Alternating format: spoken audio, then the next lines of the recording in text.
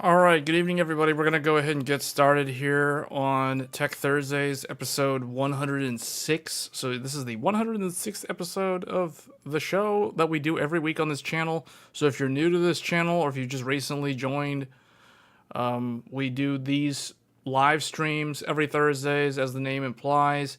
And it's open to discuss anything tech-related, primarily in the area of building a PC. Desktop PCs for either gaming or content creation or whatever the use case is. We even talk about Threadripper on this channel, which barely anybody ever talks about high-end desktop these days, but we do cover that as well. So all things related to building PCs, that's what this channel is all about. That's what this Tech Thursday show is all about. So other than that, we do kind of talk about some of the main things that took place in the tech world pertaining to PC DIY, and one of those main events is the RTX 5060 Ti launch, which happened yesterday. Actually, I think today is the launch day, if I'm not mistaken, and yesterday was the review embargo. So we will be going over a couple of the reviews. There's not too much interest in this graphics card. The reviews were relatively negative from what I could see yesterday. I watched a couple of video reviews. I read a couple of articles, but yeah, I think in general, the target demographic for PC building is not too happy this year overall with price increases, with GPUs being unavailable, with supply shortages, with very, I guess, there's a lot of uncertainty with the market right now and what that means for the semiconductor industry and like its role in all of this. So we're going to talk about the 5060 Ti a little bit, at least in the first part of the stream. Then we'll probably shift focus to some other things. There actually are two new motherboards from Asus for X870E. I think we talked about the Apex last time, but we will briefly talk about the Extreme. So the Crosshair Extreme is coming real soon. So we'll talk about that. The product page is officially available now, so you can see all the specs that it has. So if you're someone who is in the market for let's say, a high-end desktop, but you don't really want to spend the extra money to build like a Threadripper system or an Intel Xeon system, then the X870E is probably the best choice right now. There is an argument to be made for Z890, but Z890 is in kind of a weird limbo state right now. We don't really know what the plans are with that platform going forward, whereas with X870E, there are a lot of options in terms of CPU. AMD launched the 9950X 3D, which we have been showcasing on the channel. So I actually have it right here. So the 9950X 3D launched last month. This is currently what I consider the best overall CPU. It's the best CPU for gaming. It's the best CPU for content creation. It's the best CPU for like all those things. Technically, if you need more than 32 threads, then you kind of have to step up to a Threadripper-based system. But very few people actually need that. So yeah, I kind of think the 9950X 3D is where it's at right now if you're someone who's looking to build a high-end desktop but don't really need a whole bunch of PCIe and cores and threads that you get on the true high-end desktop, which is the Threadripper system. But anyway, that is going to be the main agenda. We will talk a little bit toward the end of stream about some of the games that are upcoming. So I know Expedition 33, or Claire Obscure Expedition 33, is coming out a week from today, and I will be live streaming that game next weekend.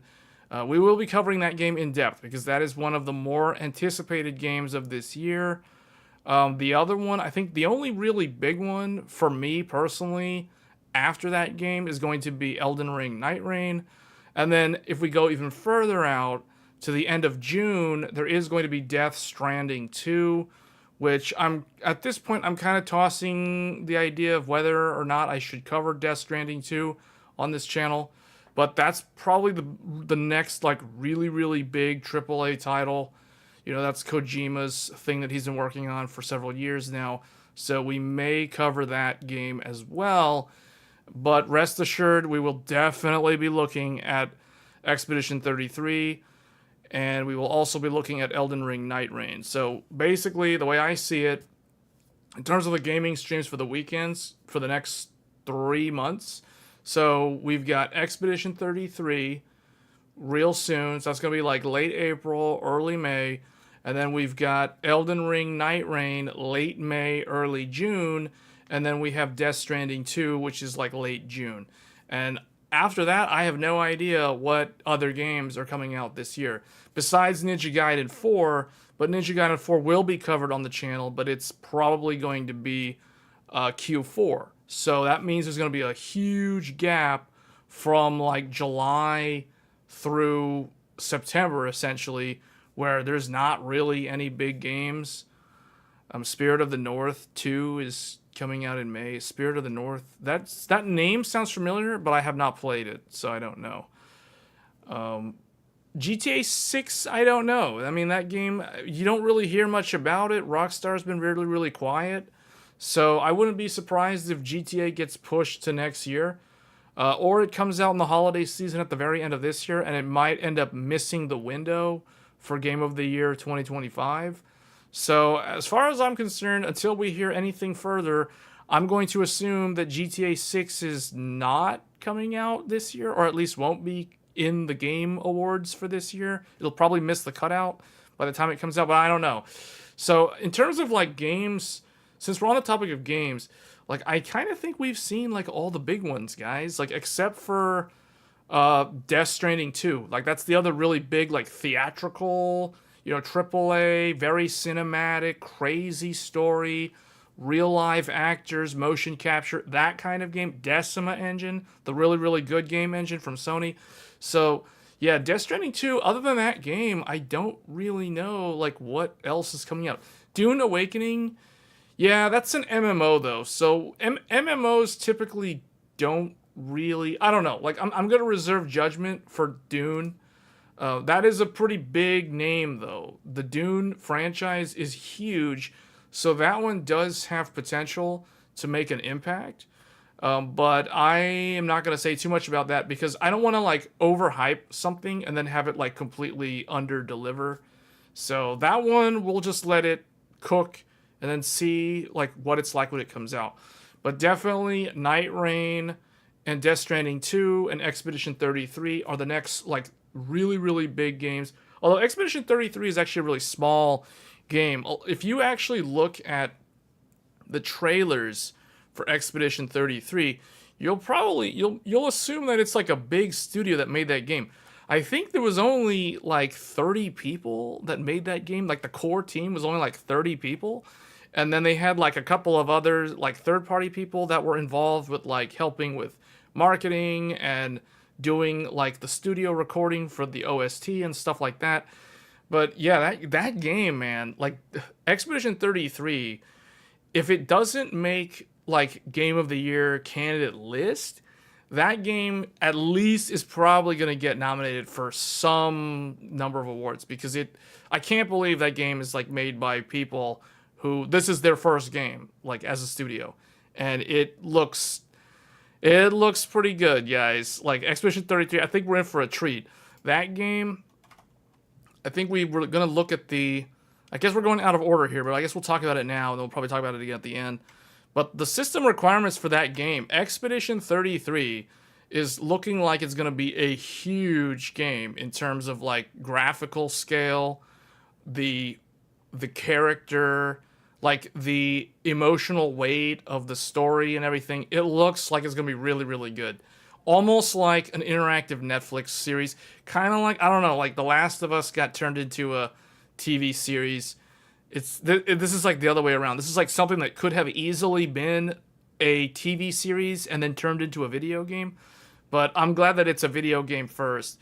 But I wouldn't be surprised if like somebody picks this up years from now and turns it into like a TV series. But anyway, so the minimum system requirements for this are the Intel i7 8700K or Zen 1, which is, this is complete nonsense. First of all, this game is Unreal Engine 5. I'm pretty sure it's Unreal Engine 5. And we all know, anyone who's watched this channel knows by now that Unreal Engine 5 games are very demanding. They don't scale well with low-end hardware. So this is probably like bare minimum. And they claim here 1080p, 30 FPS, low settings with this hardware. The RK380 is actually included. That's cool. With Windows 10 can get about 30 frames per second. That's minimum. Recommended is really more realistic. I almost consider recommended like the true minimum. So for UE5 games. So they're saying Intel 11th gen or Zen 3, 16 gigs of RAM, an RTX 3070 8GB or a 6800 XT 16 gigabyte. For these graphics cards are going to be good enough for 1080p, 60 frames per second, high settings. So if you want to go beyond 1080p, you can already tell like you're going to need a graphics card that is significantly better than an RTX 3080 Ti, for example, because a 3080 Ti is basically only going to be good for 1080p with this game. So you would need, like for 1440p, you probably need like an RTX 4080 or a 9070 XT or something along those lines. And for 4K, you would probably need a, I don't know, like the 4080 Super / the 7900 X6 would like be the minimum for 4K for this type of game. I have been doing a lot of research on this game for the game reviewers that were able to get a review samples of the demo for this game, and one of them in particular was straightforward about the game being very, very hard to run. No one else mentioned this, but there was one channel who did actually call out the performance of the game, and he said that the game is extremely hard to run, and he fears that that might be one of the things that impacts the reviews, because the main thing that that negatively impacted Monster Hunter when it came out was the performance when that game launched. I love Unreal Engine 5. Like it or not, Lords of the Fallen is still the best-looking Souls game with max settings and ray tracing. Oh wow, it's interesting that you mentioned Lords of the Fallen, because we're actually going to talk about Lords of the Fallen on this stream. That was supposed to be kind of like a secret, but I guess the tab is open. But we were going to talk about Lords of the Fallen, so appreciate the super chat. But Lords of the Fallen 2.0 is out now with enhanced combat plus movement and free friend pass. So we might actually revisit Lords of the Fallen on this channel if I have time available to devote to revisiting this game. But yeah, I agree, man. Lords of the Fallen was one of my favorite games of 2023.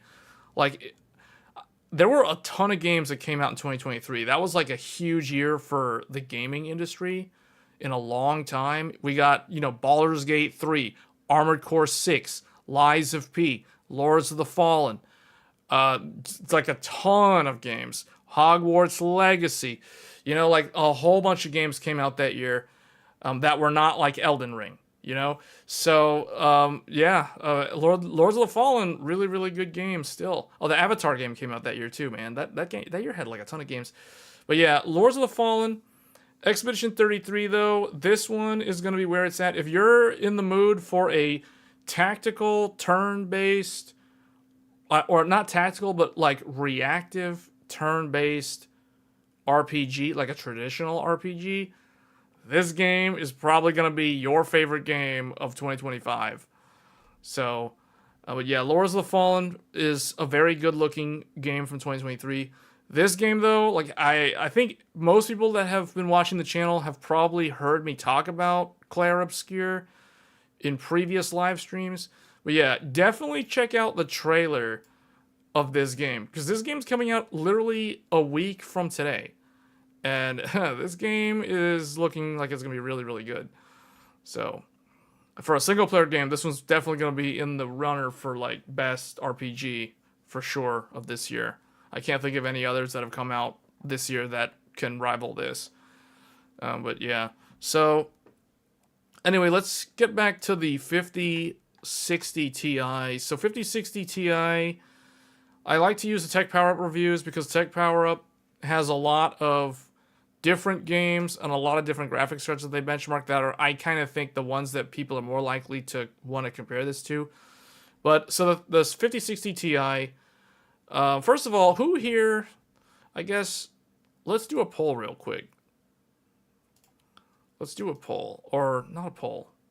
Well, I guess the question is, are you planning to upgrade your GPU this year? So I just kind of want to see, like, how many people watching, because I want to see, like, how relevant this is. Like, should we spend a lot of time talking about the 5060 Ti? So right now it looks like it's 1/3 of the audience about. Okay, so now it's 1/4. We got 44 concurrents and 14 people voted. That is true, HGZ. A number of us have already upgraded. That is true, because I also upgraded earlier this year, back in March. Okay. So it's moving back almost 50%.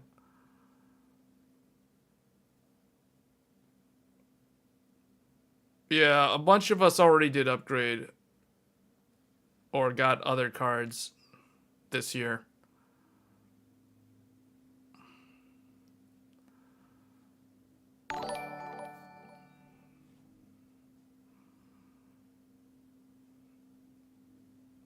HGZ, thanks for joining the channel. Oh, I guess I should have mentioned this at the very beginning. So we do have membership now. So if you do want to become a member to the channel, feel free to do so. It does help me. Basically what I'm doing with all the super chat funds and the membership funds, we are going to use that to put money into buying hardware for review, because I don't get review samples. So it's like, if I had a review sample, you guys would see my own review of the 5060 Ti, but I don't get review samples. So, yeah, so we're using that now to help try to fund some of the hardware. So I did use, speaking of hardware funding, so we did do the CUDIM content on the channel recently. We will do more videos on CUDIM. I'm going to test it, in bypass mode, for example, on an AMD platform, just to see what happens. We'll do some 2 sticks versus 4 sticks content as well. So I did use the previous, it took a while, but all the super chats over the last year and a half was saved up to get some of these. So appreciate you guys, because that is a simple way to help contribute here. All right, so it's 50-50. So 28 votes, 50-50. It is literally split. 50% of the viewers are not planning on upgrading this year, or may have already upgraded. I guess if you already upgraded, you should probably vote yes in the poll, because that means that you, not only were you planning to get a GPU in 2025, you already got one. So technically you should say yes if you're voting. And you're, like, for example, if you already bought the 5090, the 5080, or the 9070 XT, for example, you should vote yes on that, just because that means that you were planning to upgrade, and you already did the upgrade. So, but it's 50-50. Okay, so 30 voters. So we'll go ahead and close it out. So it's really 50-50. Now, one thing that's not captured in the poll, though, is how many people are actually interested in the 5060 Ti. Super Googly joined. Safi joined. Appreciate it, guys. Let's do another one. I want to try to capture, what sort of GPU are you guys, if you're upgrading this year, what GPU are you planning to get? So let's see here. Which GPU are you planning to get? So 5090, 5080... 5070. Oh, I can't put that many options. So I guess, well, I'll have to do it like tiers then. So we'll have to do it from 9070 XT or better. 5070 or 5070. Well, no.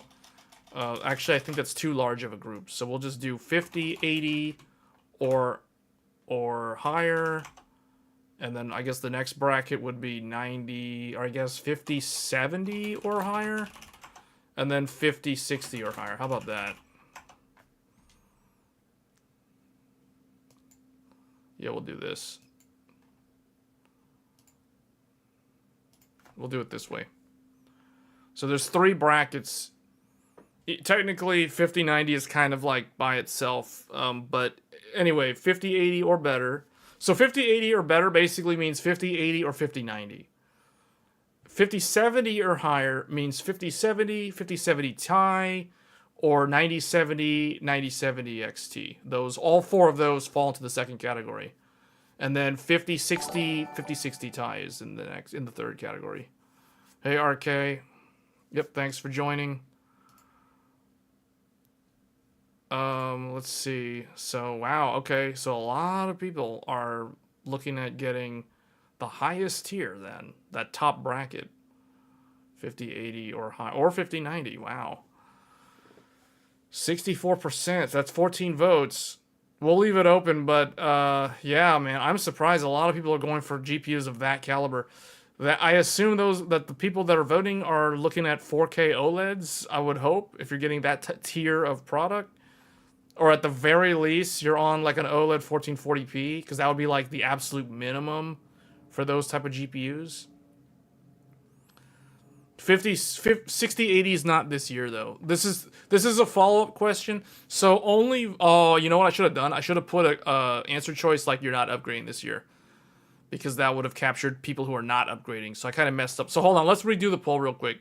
Let's redo the poll because I want to also capture people who are not upgrading. I want to see the people who are not actually upgrading this year. So I'm going to redo this one. So that one's invalid. So which GPU are you planning to, or which tier of GPU are you planning to get? So it's going to be 5080 or higher, 5070 or higher, and then 5060, or no, 5070. Well, you know what? I shouldn't say higher because then that would be like, you know, that technically that'd be 5080. So we would do 5070, 5070 Ti, 9070, 9070 Ti, or 9070 XT. And then 5060, 5060 Ti. And then 9060, 9060 XT. And then the last option is I'm not upgrading in 2025. There we go. That's what I wanted to include. Because I can do up to 4 choices. I'm allowed to put up to 4 answer choices. I can't put more than 4 though. So I just want to see like who, I'm curious like who's not upgrading. Okay, see, like this is what I was thinking. This is what I was thinking because I knew there was going to be people that were going to say I'm not upgrading. Because there's a lot of people that I know are unhappy with the current situation of the GPU market, and they are just strictly voting with their wallet. They're just not going to buy a GPU this year. They're just going to hold on to what they have. Especially if you're somebody who already has an RTX 40 series or an RDNA 3. RDNA 3 or 40 series, I think are like, if you're on any of those GPUs, you probably are good to just wait this generation out and just skip and wait for the next one. Okay, but of this category, it does look like nobody here has voted for the entry-level 5060 or better, up to a 9060 XT, which is interesting because, see, this is what I wanted to capture because I was thinking, like, do I need to spend that much time talking about the 5060 Ti, or am I just going to waste my time and bore everybody in the process? It looks like almost 50% are literally not going to buy a GPU this year. They're just going to, like, wait it out. I mean, that's definitely understandable. It's definitely understandable. Hey, Mark. Welcome to PC Pros. Thanks for joining. So, okay, so we captured about like 30 votes out of 63 concurrents. So that's about half. Yeah, it does seem like people seem to know what... People who typically watch this channel seem to know more than average, I would say. Because you guys would be surprised. So, honestly, okay, one of the things that I want to point out about the 5060 Ti reviews, and I think it was either Gamers Nexus or I think it was Steve. It was either Steve or it was someone else. Somebody in their review yesterday said that, and they made a very good point. Oh, I think it was Steve because like they were, no, it wasn't Gamers Nexus. I think it was Steve, the other Steve from the guy who's always standing when he's not happy about, or when you know the review is gonna be bad, he's standing up. You know what I'm talking about? Harbor Unboxed. So I'm pretty sure it was Harbor Unboxed because they couldn't get an 8GB card because NVIDIA... Yeah, he was saying that NVIDIA did not allow... First of all, NVIDIA did not send any 8GB cards for review on purpose. And then, but here's the thing. NVIDIA told the reviewers, like, if you want an 8GB card, feel free to reach out to the AIB partners to obtain one for review, and they'll assist you with that. Then, when he did that, he was told by every single one of them that NVIDIA told them not to send 8GB cards out. So,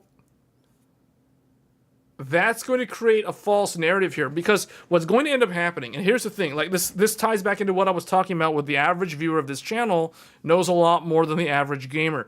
Because what's going to happen, and this is a sad reality, and he's dead right, he is right on the nail when he said that what's going to happen is that there's going to be an initial batch of 16 gigabyte cards. They're going to sell out instantly, like every other GPU that has launched this year. And then what's going to happen is there's going to be 8 gigabyte cards. And the 8 gigabyte cards are the ones that the I don't know, for lack of a better term, the ignorant gamer is going to end up buying because they don't know any better. Love your channel. The majority of big channel watchers like Gamer Nexus and Linus Tech Tips followers are jealous brokies. Yeah, but at least those reviewers are doing their due diligence, at least trying to get the word out to the public that the 8 gigabyte card is going to come out and you should not buy it because it's a bad choice, because who wants to spend that much money on an 8 gigabyte graphics card in 2025? That's the argument that all of them are making. That was pretty much a general theme of every single review out there with this card. And I'm pretty sure Tech Power Up's conclusion is also no different. But a lot of those people who watch, the people who are not super like paying attention to technology all the time, like the average gamer, because you guys, I don't know, you're either surprised by this or not, but believe it or not, the average PC gamer does not know that much about the technology. Like they don't know, they know what a GPU is, they don't know how it works, they know that it has something to do with rendering the game or making the graphics look the way they look, but they don't know the details. Like they don't know like how important VRAM is, for example. They don't know the relationship between VRAM and graphics settings, or VRAM and monitor resolution. So, you know, all they know is there's different tiers of graphics cards. There's cheaper ones and there's more expensive ones, and that's it. So, and they're going to buy what they can afford. And most people most gamers, I should say, can afford the price point that NVIDIA is targeting with the 8 gigabyte 5060 Ti, and soon the RTX 5060, which is going to be an 8 gigabyte card. So they're targeting those buyers, the ignorant gamer who doesn't know like how to tell if a GPU is good value or bad value. All they know is that they can afford up to $400 because that's how much a console normally would cost, or at least used to cost. If we're talking last gen, I'm looking at the PS4 here, but they know that they can afford, you know, like around $300 to $400, maybe just a little bit over $400, but definitely under $500. You know, like the gamer that has that kind of disposable income to put toward a GPU upgrade, that is exactly who NVIDIA is targeting as their bread and butter customer in the gaming space. So the people who do not do the research, who do not actually like understand the difference between 16 gigabyte, 8 gigabyte, the fact that there's two different SKUs, and they're just gonna see, oh, RTX 5060 Ti, I can afford that. It's, you know, this much money. I'm never gonna buy a 5090. That's for crazy people. I can't afford that. It's dumb. You know, that rationale, they're gonna just be like, oh, the 5090 is like the best GPU. So that means NVIDIA is the best company, so I'm going to buy an NVIDIA graphics card. I mean, that's typically how the logic works when these gamers are deciding what to buy. So then they look, okay, I can't afford a 5080, I can't afford a 5070, but I can afford a 5060 Ti, and a 5060 Ti must be better than a 5060 because I don't know what Linus says in his review, but he says that it sounds like it's good for someone like me. So they go and they listen to Linus and they go and buy a 5060 Ti, not knowing that they just bought a 5060 Ti 8 gigabyte card because that was the one that was available, because no smart person is buying those cards. So, you know, like that's what's going to end up happening. The other thing too is the pre-builds. A ton of these 8 gigabyte cards are going to end up in pre-built PCs And most gamers buy pre-built PCs. Believe it or not, a much smaller percentage of PC gamers actually build their own desktops. So they might choose the parts and have someone else assemble it for them for a fee, like Micro Center, for example.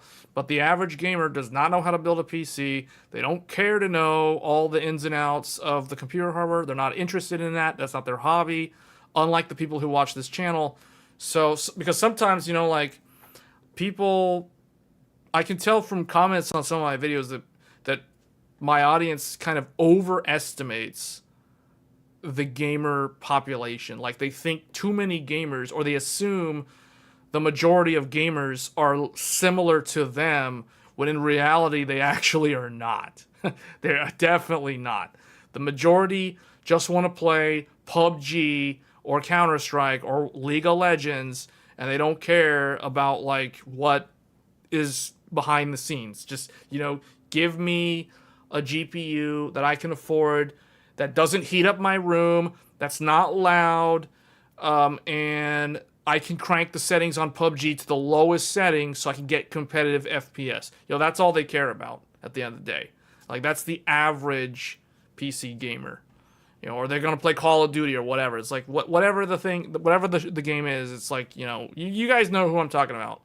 I think at least most people watching the channel right now, probably they can at least identify one or two individuals that they have played games with in the past that are not tech savvy, that do not pay attention to GPU reviews, and they'll just ask you, you know, like, what should I get? You know, like, they'll turn to their friend, their techie friend, who they assume knows about this stuff, and they'll ask you guys, like, what should I get? You know, like, that's who we're talking about here. And those are the people who end up buying cards like the 5060 Ti and the 8GB graphics cards.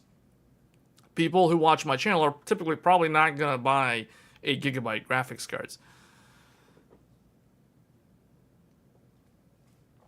Pre-built buyers then are crying and screaming. Well, yeah, I mean, yeah, that's, you know, that's people who buy pre-builds, though.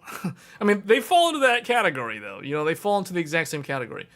So let's just kind of look at some of the stuff here on this review.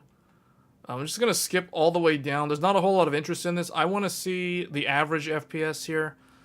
So the average FPS at 1080p for the... So it's weird, like, Tech Power Up has the numbers for a 5060 Ti. Somehow they have reference numbers. I don't know. Maybe they took the NVIDIA power limit spec and they set the Zotac to run that way. I don't understand how they tested. There's no reference. There's no Founders Edition 5060 Ti. So I don't understand how there's two different results here. But anyway, so the average is about 100. If we average 107 and 112, you know, that's going to be like 109-ish. So somewhere around there. It is what it is. It's like, okay, the 5060 Ti is about the same as the 7700 XT, realistically, at 1080p. So it is slower than the 7800 XT. It is slower than the GRE, the 3080, which is hilarious considering how old the 3080 is. The 4070, it's also slower than the 4070, which I think the most disappointing thing about the 5060 Ti is the fact that it's slower than the 4070, because the 2060 was faster than the 1070.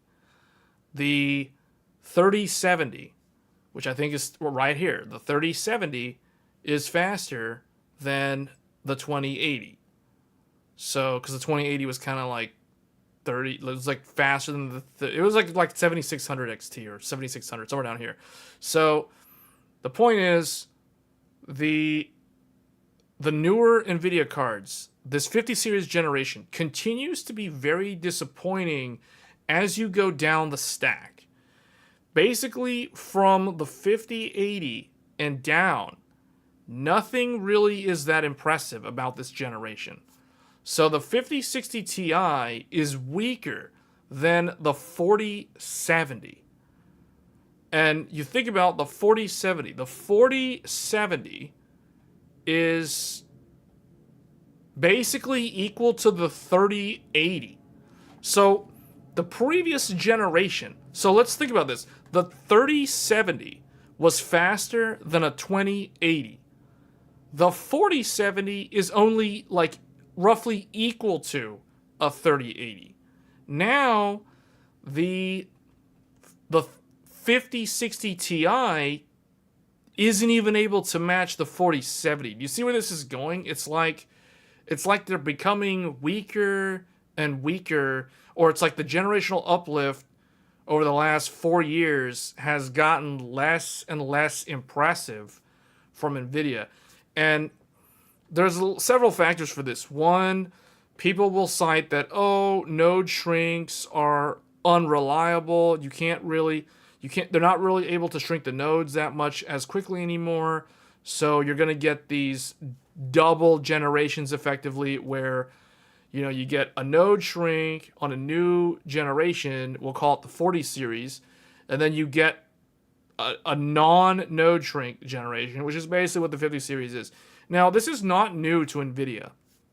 NVIDIA had dealt with this a decade ago. More than a decade ago now, actually. Like 11 years ago.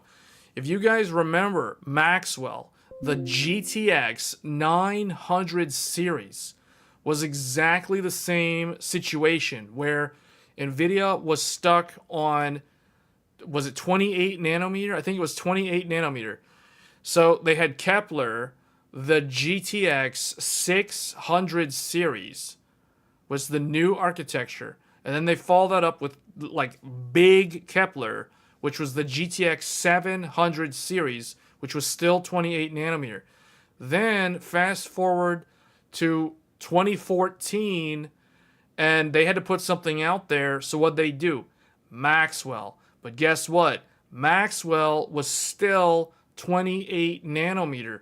So NVIDIA has been able to cope with not getting a new node for every generation, because every 2 years they have to put out a product. It's roughly every 2 years. So you can expect every 2 years there will be a new graphics card generation. Sometimes it's slightly less than 24 months. Sometimes it's slightly more than 24 months. But you can roughly make a strong bet that every 24 months we get new graphics cards from NVIDIA and AMD. So it's like if someone wanted to guess when the 60 series is coming out, all you got to do is take the 50 series launch, add 24 months, and there's your window, plus or minus 3 months of the 60 series cards. So if anyone here is waiting for the 60 series, you're probably going to be waiting until Q4 at the earliest of next year. So that way you don't need to rely on leaks or any of that kind of stuff, because you can make educated guesses just understanding how companies release products. There is something called a roadmap. There's something called a product development team. There's a product line management team. There's a product manager. Sometimes there's multiple product managers. These are the people who determine like the 24-month time frame, the window of when they're going to launch the product. And then you have sales and all the other guys that do what's called go-to-market. And that is how you get like the hype train going and get everybody brainwashed and get Jensen to go on stage and brainwash all his gamer followers that worship him. You know what I'm saying? Like, that is how it works. That is how it works. Yes, Safi, product manipulation. Yes. We already covered this back at CES back in January. Remember, guys, that live stream was hilarious because I was telling people, here it comes, guys. Everyone's going to get brainwashed. And then, like, then I just kind of played along with it because I knew that people watching the stream were going to get brainwashed. And sure enough, he starts talking about, like, what was it, 5070 RTX 4090 performance for $549? And everybody flips out and goes crazy. I'm like, see? Told you. Here comes the propaganda. Here comes the brainwashing. Inbound. Here we go. In 3, 2, 1. And exactly that's how it played out. So anyway, that's exactly what they do. So every 2 years. So basically, Q4 next year will be the RTX 60 series. And let me tell you guys, 60 series is going to be way more impressive than the 50 series because NVIDIA's gotten to a point where they do like either no node shrink or a full node shrink or a minimal node revision shrink, and then they do like nothing, then another node shrink. So 60 series is probably going to get the big node shrink, which means the RTX 60 series is going to be a huge jump, a significant jump above the 50 series compared to the 50 series versus the 40 series. Because you guys look at this, like even looking at the top here, 4090, 218, 5090, 242. You know, like, okay, you see what I'm saying? Like that's not, now the gap kind of changes as the higher up you go, but this is not super impressive. You know what I'm saying? Compared to the previous generation. In fact, I'm kind of giving NVIDIA the benefit of the doubt here. Like the 5090, to use the 5090, that's like the best case example of the generational uplift because all the other ones are so minor. In fact, some might say that they're actual regressions when you compare like how the 40, or well, that's another bad example, but the 3060 Ti versus the 2060. Yeah, well, there was no 2060 Ti, but you guys get what I'm saying. Like, okay, like 2060 Super. Like, 3060 Ti was a lot faster than 2060 Super. 4060 Ti, which we can show right here, 4060 Ti is 96 frames per second. The 8 gigabyte, that's the one that sold more. 95 frames per second. 3060, 85 frames per second. 3060 Ti. So you're talking like 10 FPS. 10 FPS. You gained what used to be an overclock on the same GPU, but now it's a whole new hardware generation. You see what I'm saying? How it's not that impressive. And then 5060 versus 4060. 96 versus 107. So you gained another 10 FPS. You gained another 10 FPS over the previous generation. So this is why I tell people, like, if you're on a 40 series card, you're not going to buy a GPU this year. I mean, just saying, like, it's not going to happen. Like, there's no point because the uplifts are not there. Like, it's not a generational lift versus the previous one. So it's like, yes, it's a little bit better, but it's like a little bit better is a little bit better. You know what I'm saying? It's like, it's not generational defining in terms of the uplift. So, and then we look at 1440p. So this graphics card is like 80 FPS at 1440p. And then at 4K, it is 45 FPS. So definitely not a 4K card. The other thing too, I want to see, like, how does it scale with its predecessor? So the 4060, again, it's like 10 FPS better at 1440. At 4K, it is about 10 FPS better. So it's always about 10 FPS better than the previous generation for direct comparison. But it is always slower than the 4070 in every single resolution, which is kind of disappointing. Very disappointing. And I think that's why a lot of people are kind of annoyed or just disenfranchised by the whole situation that the GPU market is in. So let's look at the ray tracing. Ray tracing, it is worse than a 3080 in ray tracing. Fantastic. The 3080, a graphics card from 2020, a graphics card that will be 5 years old in the second half of this year. That graphics card will be 5 years old. That means that graphics card will be considered elderly. Elderly. When a graphics card turns 3, it's middle-aged. When a graphics card turns 5, it's elderly. When a graphics card turns 7, it is an ancient dinosaur and needs to be retired as soon as possible. So that is the life cycle of a graphics card. That is how it exists in the time continuum. Since time immemorial, that is how you like grade a graphics card based off of how old it is. You know, it sounds pretty harsh, but that's how it is. That's the reality that graphics cards exist in. So the 3080 is about to be an elderly GPU in September this year. It will turn elderly. The 3080. So the 3080, a nearly elder GPU, is still 4 to 6% better than the brand new 5060 Ti at ray tracing. At ray tracing. Where is the AMD cards? Okay, so it beats RDNA 2, which will also be turning 5 years old later this year as well. But that is expected because that's RDNA 2. I mean, that's like AMD's first generation ray tracing, which didn't even have dedicated ray tracing hardware, if we're being honest. It literally just ran on the shaders. And it's only 15% faster than that. I'm like, wow. So, not very impressive for sure.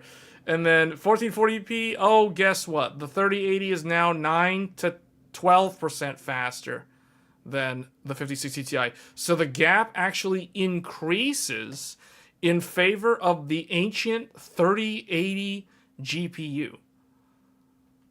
Insane. So, okay, then 4K doesn't matter because it's like, whatever, it's not even playable. So, they give some examples here. Alan Wake 2, 50 FPS with 1080p with ray tracing turned on. So basically, again, see, this is the reason why I think the argument in favor of like NVIDIA for ray tracing, the argument falls apart when you start looking at the more budget-friendly graphics cards. Because is someone actually going to use this? Like, is someone going to buy this to play Alan Wake 2, turn on RT, and then drop to like 50 frames per second? Like, they're going to be like sub 60 more than half the time. Like, I guess the answer is turn on frame gen, I guess, if you're a big fan of frame gen. But I feel like most people are not super enthusiastic about frame gen. So, I don't know. Like, it just seems kind of... just doesn't seem that great. Okay, path tracing. Let's look at... this is path tracing. Some people call this the real ray tracing. So, path tracing, it does 39 frames per second. Like, okay, it still loses to the 4070. With path tracing, it still loses to the 4070. It's like, no matter what, it's unable to beat the 4070. And the 4060, I mean, now it's like a 7 FPS difference between the 4060 and the 5060 Ti. Like 4060 Ti, 33 FPS, 5060 Ti, 39 FPS. Even the GRE, which has never really been, like, even RDNA 3 wasn't even the best performer at ray tracing, and nor did it pretend to be. It's doing like 35, so it's like, yeah, not very impressive stuff here. So, and it just gets worse when you look at higher resolutions. So definitely not something to buy if you care about ray tracing. Let's look at DLSS 4. So they have some numbers here. Cyberpunk RT 1440p native. It does 34 frames per second and uses 10 gigabytes of VRAM. Again, this is why the 8 gigabyte card makes absolutely no sense in 2025, because you literally, like, it 1440p and it's already like over 8 gigs of VRAM. You know, like in a game from 2020. With a game that came out when the 3080 was brand new. Think about that. Cyberpunk 2077 is as old as the Ampere graphics cards. It's as old as the PlayStation 5 and the Xbox Series X and the 6800 XT. Like, wow. And here, a brand new graphics card, 10 gigs of VRAM, and NVIDIA wants to launch an 8 gigabyte version for some weird reason. Okay, yeah, so you guys can see you gotta crank it up to ultra performance, meaning you have to render the game at some resolution that I assume is 720p. I don't know what ultra performance is when it comes to 1440p as the actual output resolution. I would assume that 1080p is quality, 720p is perform. I don't know. Maybe this is sub 720p. But anyway, like, no one's gonna do this. Like, no one, even with the transformer model, is ultra performance viable? Like, I don't think so. And it doesn't help. It doesn't solve the problem with VRAM being more than 8 gigabytes of VRAM. See, so.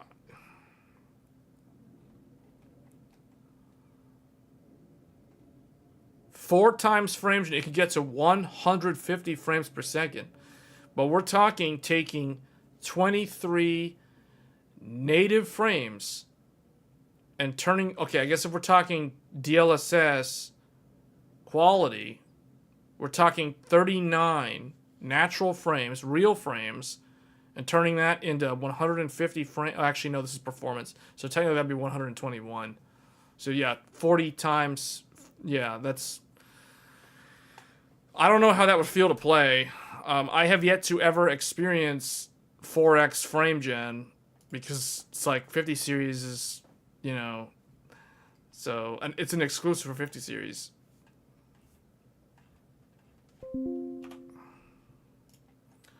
So let's go to temperatures and fan noise. Okay, so this graphics card does pull around 160 to 170 watts, and it looks like it is definitely quiet. None of these fan speeds are loud. Even the Zotac at 1600 RPM is not going to be very loud. We're talking 30 dBA. I mean, that's nothing at the end of the day. So these are quiet cards. 8 gigabytes VRAM for a new GPU should be illegal at this point. Yeah, it's definitely, it comes across as a scam in my book. Like, 8 gigabyte GPU in 2025 is the definition of a scam. Like, that's a scam. If someone buys an 8 gigabyte GPU for like Cyberpunk 2077 in 2025, they got scammed. Like, straight up, that's a scam. But at least this card's quiet.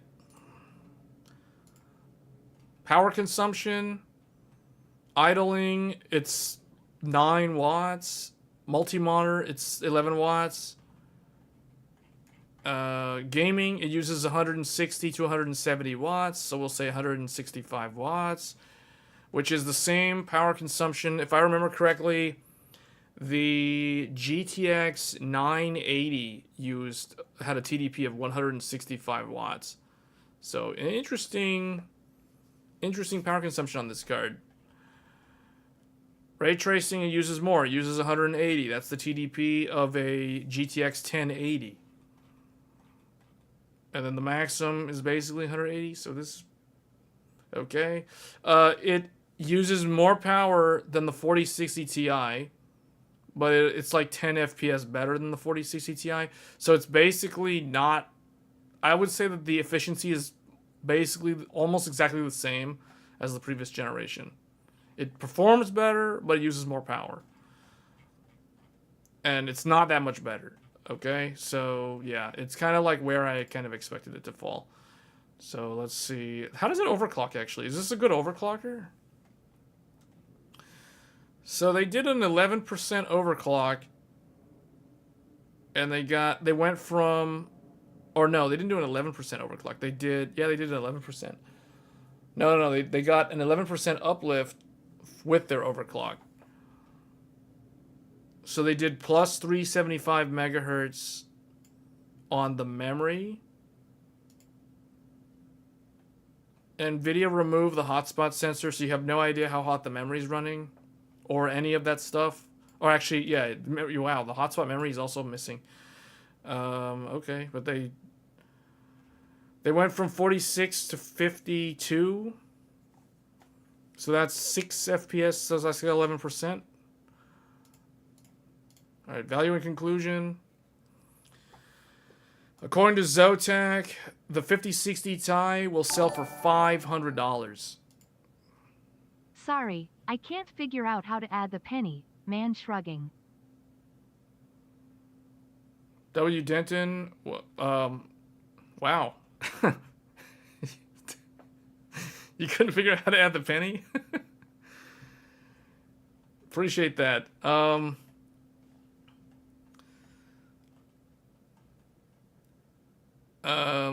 Did you have any question in particular about the 5060 Ti besides the penny? A rounding error, maybe? I don't know.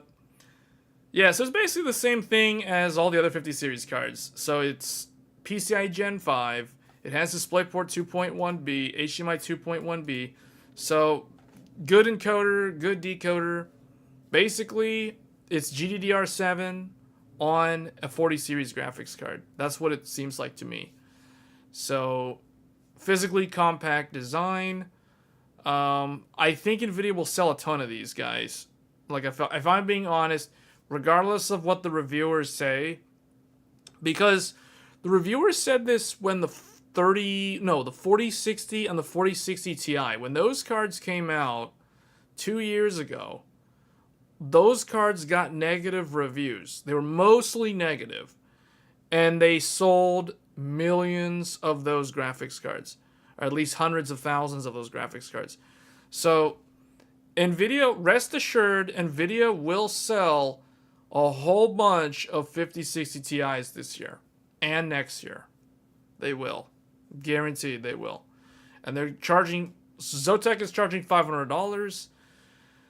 The problem is, this goes back to what I was talking about earlier, where most people, most PC gamers, don't want to spend more than like $450. Like, that's kind of the upper limit. But every generation, it seems like there is a slight price increase that impacts those buyers. So those people used to spend $300 to $350. Then over the last several generations, they have coped with that, and they have come to the conclusion that they have to now afford $400 to $450 for a decent graphics card. And now with things like this, they're being stretched again to $500. And the thing is, depending on who they talk to, they're going to hear things like, oh, well, the PlayStation 5 costs $500. So if you want a game on PC, these are the signs of the times. You just need to deal with it. You just need to spend the $500. This is the sort of rhetoric that is permeating the PC gaming public, we'll say, and people are having to just accept that reality. The gamers, the PC gamers, are having to accept that reality, because I saw this play out when people who don't spend more than $350 started buying $430 to $450 graphics cards the previous two generations. And now it's happening again. Now they're getting stretched into the 500, 550, because you can see like AMD with the 9070, NVIDIA with the 5070. It's like they're really, really stretching what those people who typically don't spend more than $500 are capable of spending. It's like they're extracting the revenue from the gamers. And they know that the gamers can't really do anything. I mean, if they want the latest and greatest technology, because it's like, okay, what are your options? What are your options? From NVIDIA's point of view, you have to buy the 5060 Ti. You don't have a choice. Now, the reality is they do have a choice. You can either do like what happened in Dark Souls. You can does anybody remember the Dark Souls endings? There was 2 endings in Dark Souls. You could either link the fire, meaning you could light yourself on fire and just burn yourself up. That would be like accepting the reality that you got to spend $500 for a Zotac RTX 5060 Ti. It's like you fork over $500 for a 5060 Ti from Zotac. You know, like, that's Link the Fire ending in Dark Souls 1. The alternative is to turn around and walk away and literally just not buy it. Just don't even buy it, you know, like, don't even upgrade. But that's not really an option for everyone. Like, some people are so desperate that they are going to spend $500 on a Zotac 5060 Ti because they're on an old graphics card. They're on a 2060 Super. A 2060 or a 2060 Super. What are their alternatives? What are they going to do? Nothing. They're going to continue to game and try to play Indiana Jones at 1440p with an RTX 2060 Super. Like, can you imagine the struggle? Can you imagine the struggle playing Indiana Jones with a 2060 Super at 1440p resolution? Like, what? It's like, that's the reality that these people live in, and they're like, oh, I don't know what to do. It's like, I gotta spend $500. It's like, that's it. That's the reality. Because it's like, oh, they can't get the 9070 XT because it's constantly sold out. They can't get they can't afford the 5070 Ti because it's too expensive. And the 5070 is also constantly sold out and basically goes for like $800. So they can't get that. So it's like, they're going to end up buying this, guys. Like, that's what's going to happen. Or they're going to buy like AMD's 90, 60, whatever, when that thing comes out next month or 2 months from now, whenever it comes out. But the reality is a lot of people are going to buy this card. There's a bunch of people on 2060 Super. They're so desperate. It's like, and here's the thing, because they're probably like, let's use the argument where, like, used hardware. What about used graphics card? Oh, yes, you can buy an X crypto card, you know? Like, okay, is that a really good deal? Like, can you get a 3080 for like $300? Probably not. Still remember the good old days when I bought 2 Titan X and run them in Schlee for less than the price of a 5090. Yeah, back when multi-GPU was a thing.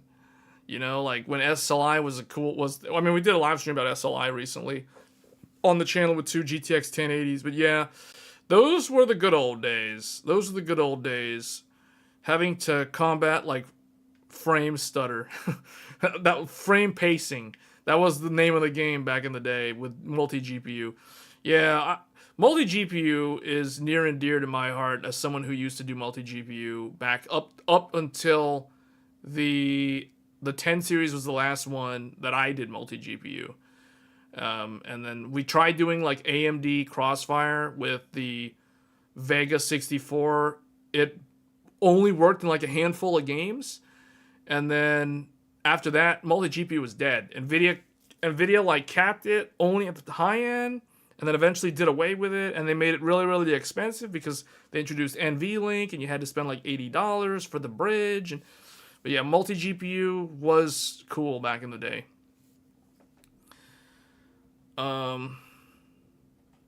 Yeah, this year is just not a good year for PC hardware, like for especially GPUs. But actually, I shouldn't say that this year is a bad year for PC hardware. This year is a bad year for GPUs. Like, if somebody wants to upgrade their graphics card, this is a terrible year for them. It's very unfortunate because they're going to be waiting until, because there's all kinds of other things too that we're not really going to talk about on this channel, like the whole, like, people who are following this industry are probably aware of the US and the China trade war that's going on with the tariffs and the reciprocal tariffs. We're not going to get into that here, but that is another, like, we'll call it an uncertainty factor in terms of like how our price is going to stabilize, how is supply going to fix itself, like how's that going to play out, how much of that is actually influencing what's happening with GPUs right now. Like versus like AI demand and, you know, like what exactly is going on there. But yeah, the impression that I get is that NVIDIA NVIDIA is currently doing the absolute bare minimum for the gamer demographic. Like, it's clear to me they're chasing higher profit margins, bigger revenue, more reliable revenue streams, in terms of like selling direct to like large enterprise customers who buy like millions of dollars worth of graphics hardware from NVIDIA for AI.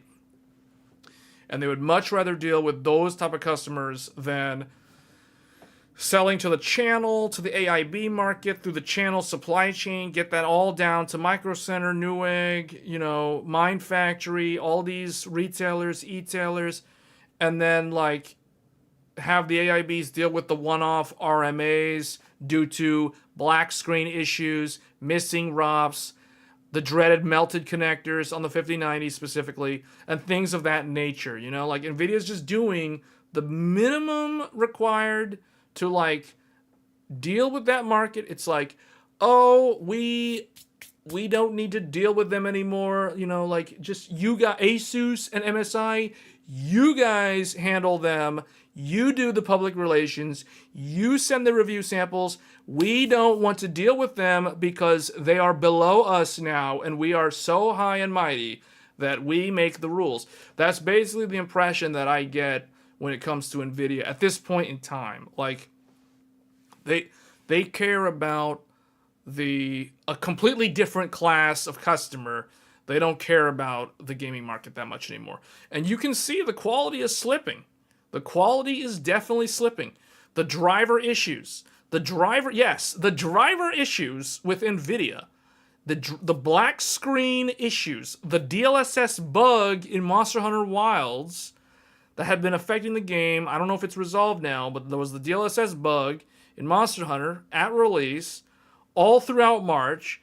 I don't know because I haven't played the game on a 4090 in forever at this point in time, but because of that issue. But yeah, the 50 series driver problem that was affecting like other GPUs, the missing ROP, the quality issues with the missing ROPs, the fact that they still went with that stupid connector on the 5090 instead of putting two connectors. I mean, really, you're going to make the thing 600 watt TDP and you're not going to put a second connector for load balancing? Or at least do the bare minimum to ensure that the connector won't melt by doing what you did on the 3090 Ti. But no, they wouldn't do that. So you're seeing kind of like the slip-ups are happening. You know what I mean? Like, that's how you can tell that NVIDIA doesn't care as much about this segment anymore. The writing is on the wall. Anyone who is going to try to defend NVIDIA is either an NVIDIA fanboy or in complete denial for some unknown reason. Like, it's so obvious. Like, I'm not the only one who has brought this up. Like multiple channels at this point have talked about this. So, but at least the lower end cards, like the 5060 Ti, they're not going to have melted connector problems because, first of all, the nice thing about this card is you can buy this card with a standard 8-pin connector. It is an option. Like, some of the AIBs will offer this card. Like, I believe the Asus Prime comes with the standard 8-pin connector, not the dumb melting connector. But even if it came with that connector, it wouldn't really be a problem because this card doesn't use that much electricity. So it's funny, it's ironic, because it's like the cards where it's not a problem, they're not required to use the connector. But on the cards where it is a problem, they are using the connector. So it's kind of like it's a weird, the irony of the whole situation with 50 series is just another, I don't know, it's like another, what's like a cornerstone of graphics card history. Like the overall vibe of like GPUs in 2025 are just straight up negative. Like it's just not, it's not good. Like if I was someone who was desperate and had to buy the 5060 Ti to replace an aging ancient 2060 Super from 2019 or a 2060 from 2018 or whatever, like if I was in a situation where I had to get this, I would not be like broadcasting, oh, look what I got, how wonderful, you know, like this is not exactly a graphics card to be proud about owning. So, especially if it's the 8 gigabyte. The 8 gigabyte one, oh man, I don't know. Wow. But yeah, that's it. Let's actually let's read through some of their notes here. So, the 5060 Ti 16 gigabyte is NVIDIA's 5th graphics card launch this year, and the Blackwell gaming stack is almost complete. Today, NVIDIA also launches the 8 gigabyte card, but nobody was able to provide any review samples. Everyone's focusing on the 16 gigabyte model. Later in May, probably around Computex time, the 5060 will be launched, which comes with 8 gigabytes. So it's only available with 8 gigabytes. With the 5060 series, NVIDIA is introducing GB206. It comes with 4,608 cores, which are all enabled on the 5060 Ti. Okay, so this is the fully enabled die. Compared to the 4060 Ti, that's an increase of 6%. You also get 48 ROPs, 36 RT cores, and a 128-bit GDDR6 memory interface. Wait, so I thought this was GDDR7.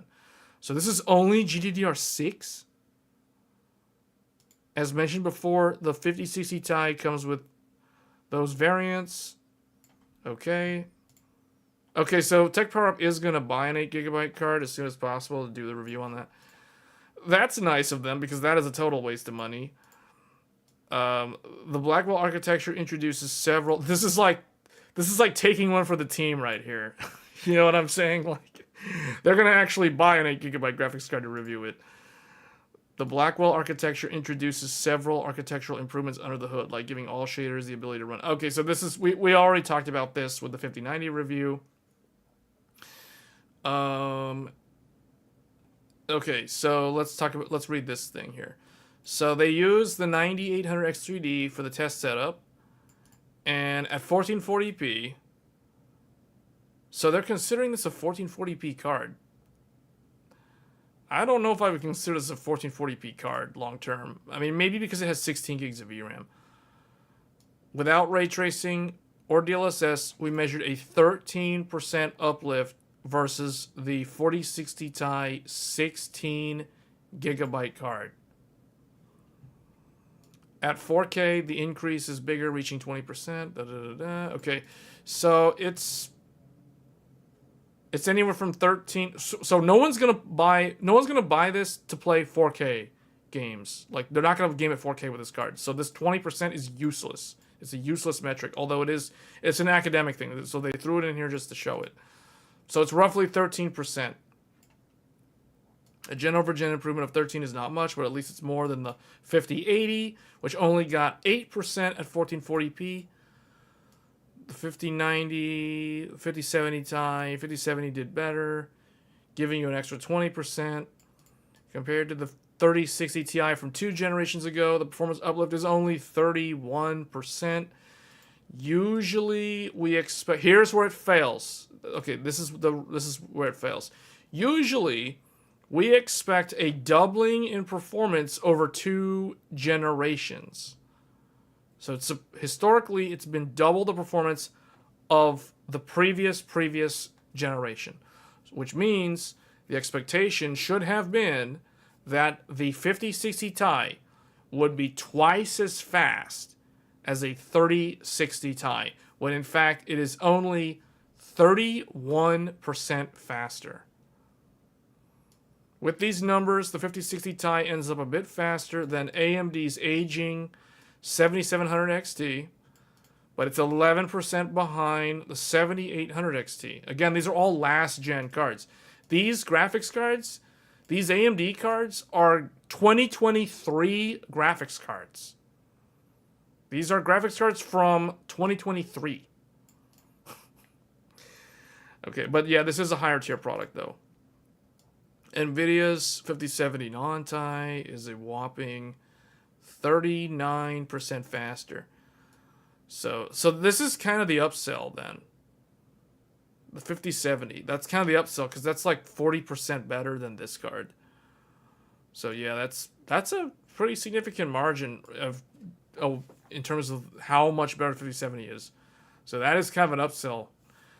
Although you can't really buy one of these, and it's like what, $800 at Micro Center right now. So it's kind of like, the non-TI is going for $800. Like, I don't know if that 40% is worth it.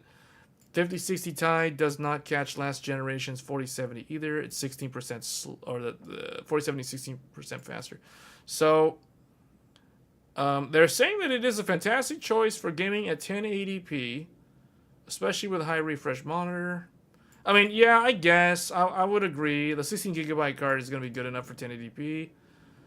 Thanks to its factory overclock, the Zotac gain, and that's probably its only saving grace, to be honest, is that it's an okay. I mean, at least the 16GB card, not the 8GB card. The 16GB card is good enough for 1080p in 2025, and maybe that's the way Nvidia intended it to be.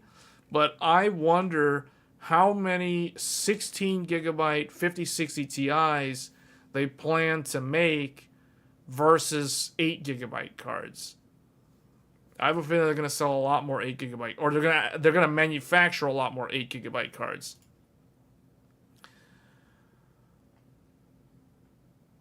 Okay. And then they talk about all this other fake frame stuff, and okay. PCI 5.0. Oh, that's one thing we'll talk about next. The PCIe. Power consumption doesn't have, it's okay, it's good power consumption. It is what it is. It's basically a overclocked 4060. It's like an extreme overclock on a 4060 Ti. That's basically what it is. For $500. Which is the lowest price for custom design. Okay. So, yeah, that's not super great.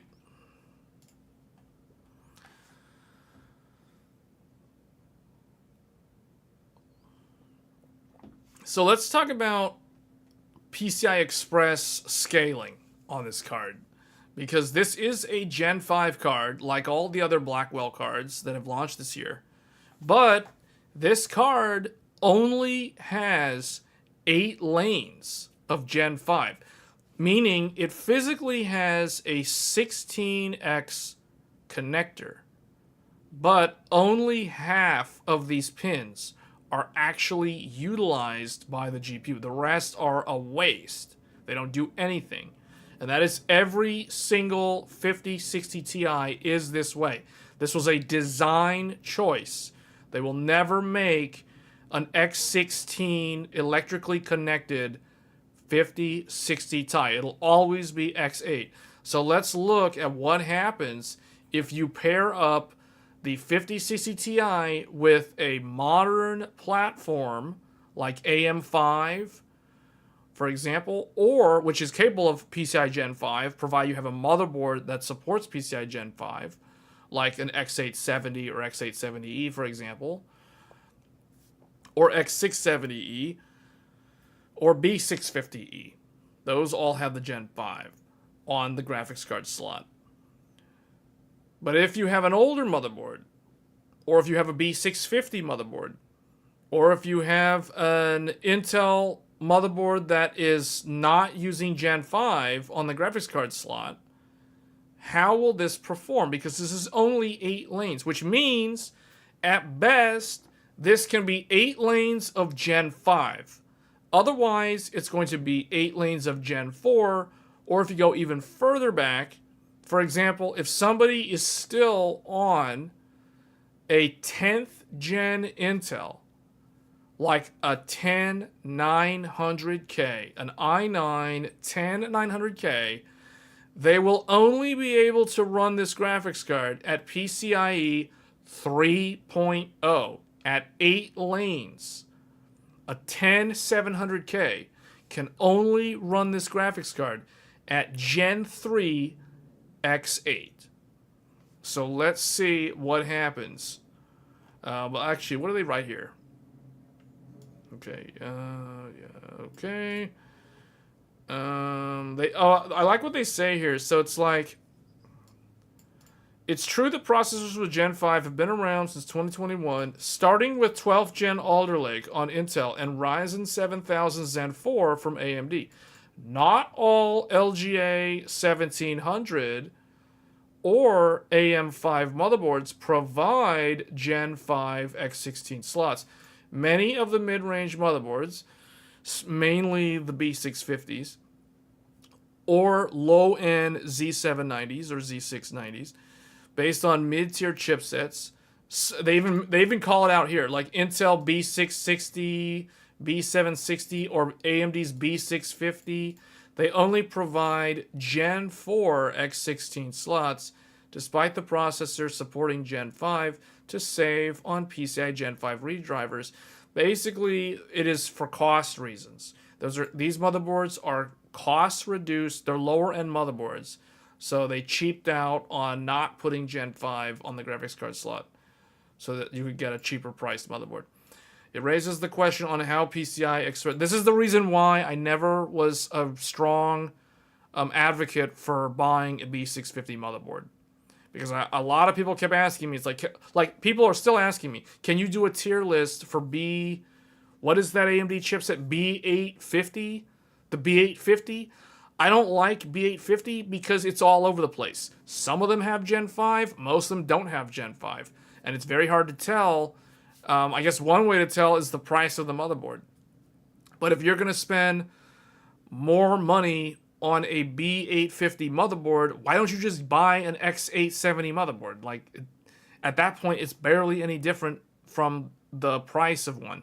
So it's like, why not just get the more premium board, and ensure that you're getting the Gen 5? That's my point of view on it.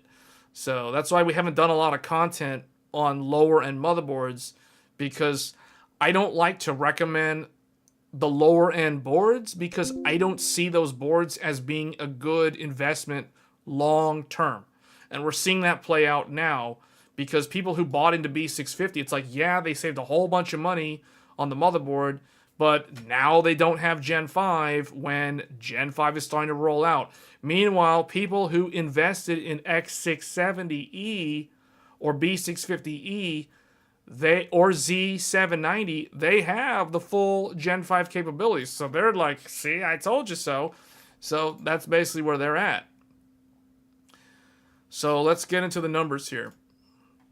So they tested with AMD 9800X3D with an MSI X870E Carbon Wi-Fi. Let's make this larger. There we go. And then they used... Wait, that's what they used? Oh, I guess that's all they need to use. They don't need to test the Intel one. I thought they did an Intel test, but I guess they didn't. Okay, so this is the setup.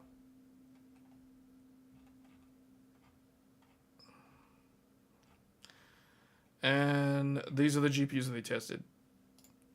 Alan Wake 2. Oh, actually, let's close this poll out. Looks like 50% of the people. So I'm ending the poll now. So 50% voted that they're planning to buy, as of this year, they plan to buy a very expensive graphics card. And 35% said they're not upgrading this year. And no one's buying a 5060 Ti. 0%. 0% are interested in these lower end cards. Interesting. Actually, I'm not really that surprised, considering the audience typically likes to only look at the highest end stuff. So, Alan Wake 2. Here we go. Gen 5 X8, 75 frames per second. Gen 4 X8, 73.7 frames per second. Here's where it gets interesting.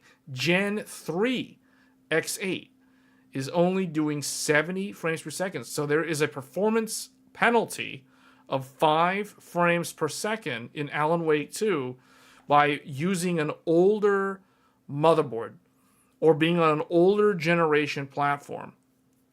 Now, what is not shown here is the CPU bottleneck, because they're only testing with the 9800X3D. And what they're doing to create these test results is they're going into the BIOS and they're manually forcing the motherboard to down-regulate to the previous generation of PCIe to get these results. So, meaning, if somebody is on an older CPU, for example, an Intel 10700K, which is going to be much worse compared to the 9800X3D, but the Intel 10th gen can only do PCIe 3.0, which means the red bar is the absolute best that the Intel 10th gen could hope to achieve. But now on top of that, you have to introduce the CPU bottleneck. So it will not even get 70 frames per second. It'll probably be more like 60 or 61 frames per second or somewhere down there. So it basically means that the 5060 Ti with an older graphics card would be even like lower performing, and it'll be even more bottlenecked than an X16 graphics card. So these lower end cards like the 5060 Ti, because NVIDIA, in all of its infinite wisdom, decided to create the graphics card and only give it 8 lanes of PCIe connectivity, it is now even worse for someone who is on an older CPU, like a 10700K, and they don't want to upgrade their CPU for whatever reason. They would rather spend $500 on a 5060 Ti, but you can see the reality is they're going to be CPU bound more so than if they had a newer platform to let this GPU really shine. I mean, as much as 75 FPS is shining for this GPU. But you can see, like, here, the effects of a lower-end PCIe motherboard or an older platform are going to be even more prevalent and more visible compared to just taking a 9800X3D and simulating, Gen 3, it's 70 FPS. So there is performance loss. Now, here we go up the scale. Somebody subbed, but I don't know why did we not see the alert? Not sure why it didn't show up. Should have shown up. I didn't see the sub notification. Why did we not hear it? Or I didn't see it. Anyway. 51, 53, and 54. So here at 1440p, things are more interesting in the sense that at 1080p, you can see that the GPU is really a 1080p GPU because it is more sensitive to the PCIe generation versus this one, 1440p, where now the GPU's at its limit. So when the core of the GPU is the bottleneck, it's less dependent on the PCIe bandwidth. When the GPU is less of a bottleneck, so here at 1080p, the 5060 Ti can perform better. You're going to be more sensitive to the effects of the PCIe bandwidth. So as you go up, and here there's barely any difference. The fact that there's still like almost 1 FPS difference though between PCIe Gen 3 and PCIe Gen 5 is interesting though at 4K. Let's look at another game, Assassin's Creed Shadows. Assassin's Creed Shadows. Okay, so here is a game. This is an interesting result here with the Anvil engine. The Anvil engine, it looks like, is not sensitive to PCIe bandwidth limitations. So here, with 8 lanes, the performance is basically identical from Gen 3 all the way up to Gen 5. Avowed, there is, you're talking like 1 FPS difference at 1080p, and then it's even less, it's like 0.4 or 0.3 here. Baldur's Gate 3. Baldur's Gate 3. Okay, here's one that does see a loss in bandwidth. So at 1080p, you lose 6 frames per second if you're on an older platform. And this is another game that is very heavy on the CPU. So if you're on an older CPU that can only do Gen 3, I keep using the Intel 10th Gen as an example because the Intel 10th Gen is the most recent Gen 3 CPU, meaning it does PCIe Gen 3 and that's all it does. AMD has been on PCIe Gen 4 since Zen 2. So if you have a Ryzen 3600, like a 3600X or a 3800X or a 3950X, all of those CPUs from AMD are Gen 4 capable CPUs. But you could still run into a situation where if you're someone who is on a Zen 2 or a Zen 3, you might have kept your old AM4 motherboard from like Zen 1 or Zen Plus, like X370 or X470, and those motherboards are only Gen 3 capable motherboards. So there can be a situation where somebody is on a 5800 X3D, but they're on an old X370 motherboard from 2017 because they started with like Zen 1 and they upgraded all the way to the 5800 X3D and they kept the exact same motherboard. So they were able to avoid having to buy new motherboards because the socket has such a long lifespan. But they are missing out on the newer capabilities, namely PCIe Gen 4, so they are going to lose some performance in certain games where there is PCIe sensitivity for the game engine. So one engine that I know for a fact scales with PCIe bandwidth is the Decima engine. So all the games from Sony that use Decima, that engine is very sensitive to PCIe bandwidth. So like Horizon Forbidden West, Horizon Zero Dawn, Death Stranding, all those games, the upcoming Death Stranding 2, all those games are going to benefit from PCIe Gen 5 graphics cards. Black Myth Wukong. This one, you're talking like half an FPS. So this one's not super sensitive. Counter-Strike 2. Counter-Strike 2, I mean, the FPS here is already very, very high, but there does show a little bit of a drop-off at PCIe Gen 3. So it does seem like Gen 3 is showing a bit of a difference here. But Gen 4 and Gen 5 are so close to each other that, like, in this game, in Cyberpunk, we're talking 1 FPS. No one's going to notice the difference between Gen 4 and Gen 5. And even Gen 3, I don't think this is enough of a gap to notice the difference. But it is a measurable difference. That doesn't mean that it's an observable difference. Doom, 3 FPS. Dragon Age, basically, you know, like half a frame or whatever at 1080p. So, let's see. Elden Ring, skip over Elden Ring. Ghost of Tsushima. Isn't this Decima? Oh, no, this is Sucker Punch in-house. Okay, yeah, because this one doesn't show that much of a difference here. There's a little bit of a difference. What's interesting is this one, PCIe 4 and 3 are closer together than Gen 5 in this one. God of War Ragnarok. Oh, that's another in-house one. I think wasn't this one Decima? But see, this one shows a difference. There is a fall off. Even there's a 2 FPS loss from going from Gen 5 to Gen 4, and there's an additional loss of like 4 FPS going down to Gen 3. Hogwarts Legacy.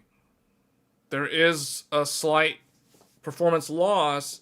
In fact, what's interesting about Hogwarts Legacy is an X8 GPU, it's doing 3.5 frames better at Gen 5 than at Gen 4.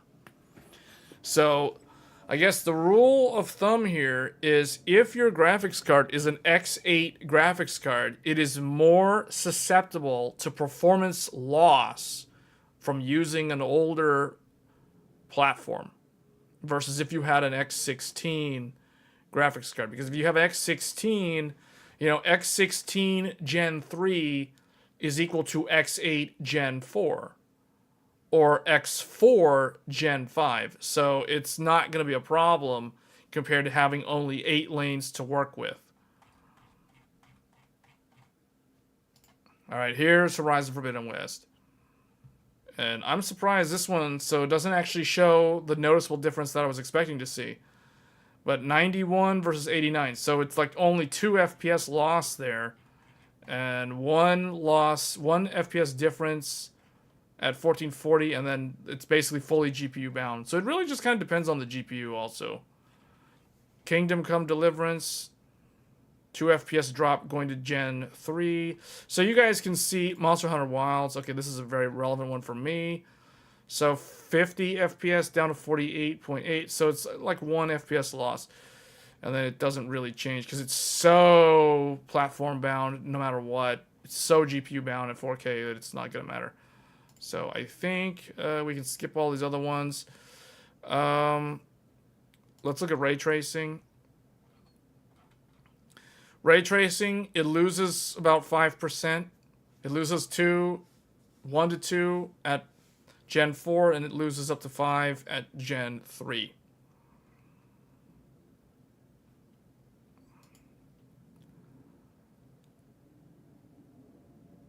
No, I don't think it has anything to do with Windows. This is PCI bandwidth. This is literally just data transfer across the PCIe bus.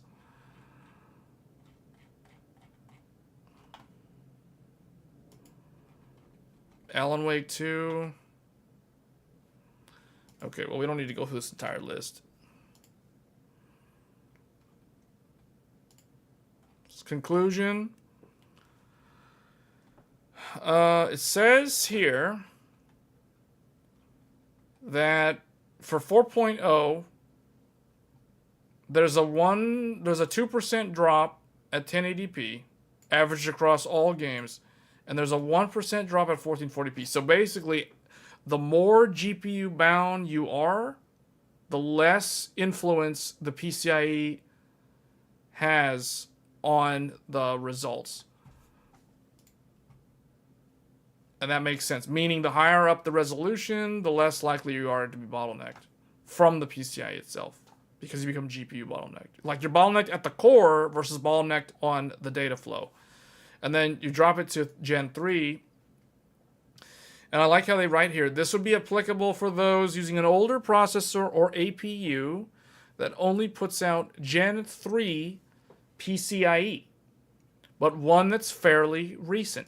A good example of this would be the Ryzen 5000G Cezanne. So basically anyone with a Ryzen 7 5700G, which can be used on Gen 4 500 series motherboards, but the CPU only has Gen 3 capable PCIe root. Other examples would be, as I used earlier, Intel 10th Gen Comet Lake on an Intel 500 series chipset. So the thing is, the Intel Z590 supports PCIe Gen 4, but you have to be on Intel's 11th Gen Rocket Lake to be able to enable Gen 4 speeds. If you're on 10th Gen, you lose access to Gen 4, and it only runs the motherboard at Gen 3 because the CPU itself can only do Gen 3 speeds. Doesn't matter what the motherboard does. The motherboard can do Gen 5, it doesn't matter. It's always going to be based on the lowest common denominator. So if the CPU can only do Gen 3 and the motherboard can offer Gen 4, it's going to run Gen 3. On the flip side of that, if you have a 5800X 3D that supports Gen 4, but you're on an old Zen 1 Generation X370 motherboard from 2018 or 2017, guess what? You're only going to get Gen 3 speeds. So it's a 4% loss, average across all tests, dropping down to 3.0. Ray tracing, it loses 2% at Gen 4, 5% at Gen 3. So basically, the conclusion is that the smaller the PEG connector is, so in this case, this is an X8 card, this is not an X16 card, the more susceptible it is to performance penalties if you use an older platform.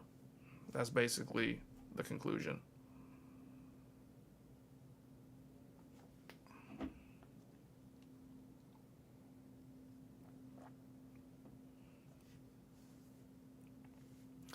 Okay, and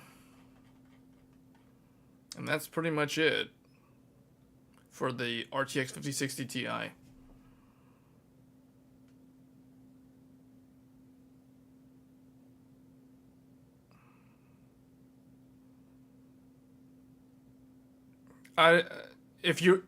So let me put it this way: if you're considering Threadripper, you better have an actual use case for Threadripper, because that is a very, very expensive platform, and the only people that would actually benefit from that are people who are doing some kind of real heavy workload that requires the memory bandwidth, the core count, the thread count, the PCIe connectivity that Threadripper provides.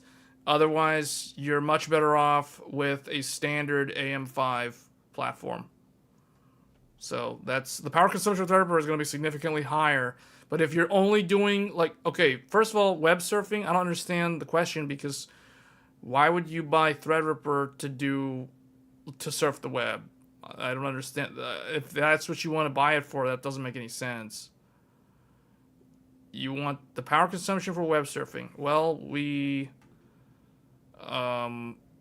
I don't really recommend it for web surfing. Like, I don't understand.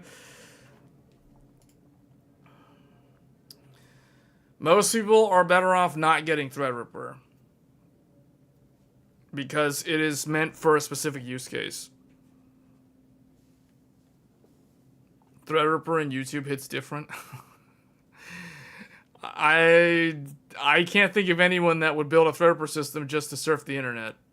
Like, I don't understand. Are you talking about, like, Chrome tabs? Is this more of, like, a question about maximum memory? Threadripper can do, like, 1 terabyte of RAM. I know that. You want to know if it's the same? No, it's going to be higher consumption. Threadripper is a 350 watt TDP CPU. It's way higher. 1 core surfing. I don't understand what hardworking and. Oh, well, you can use it for that, and it's not going to be a problem. So it's like, if you want to do that, then you can. But I don't. The power consumption.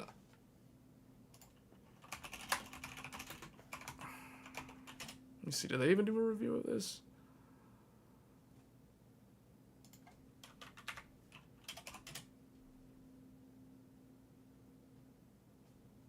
It's a 350 watt TDP, so it's not going to be like 350 watt TDP, but that's when it's full load.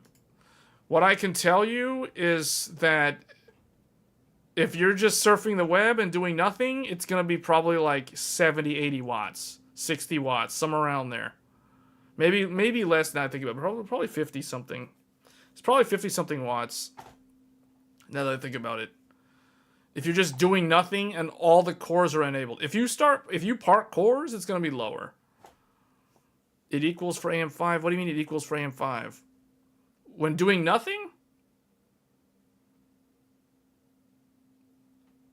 No, it's going to use more power than AM5 because it's a much larger platform. I mean, think about how many PCIe lanes are powered up. Like, how much stuff is going to be, like, running on this system. This is not like...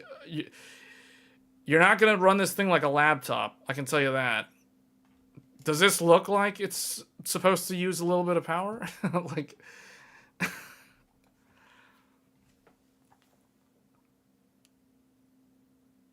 AM5 does not idle at 80 watts. Whoever's telling you that is completely wrong. Threadripper might actually idle at 80 with Windows stuff running in the background. It could probably get that high.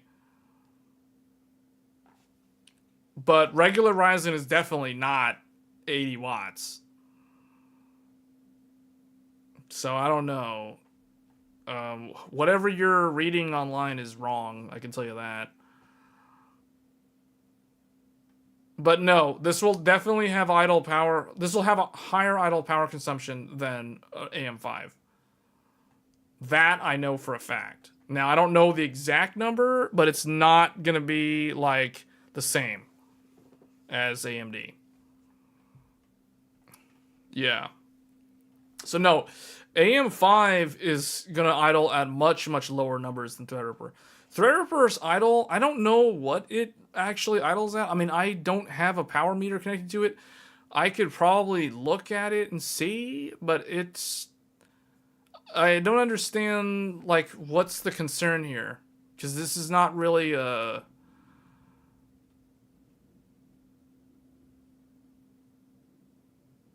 No, that's wrong.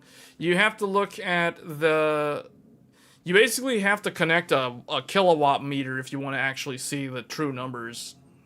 If you're talking like wall power, you would have to use a kilowatt meter or something to measure the power at the wall while idling. That's how you would get the real number. I mean, you can get the number from like hardware info.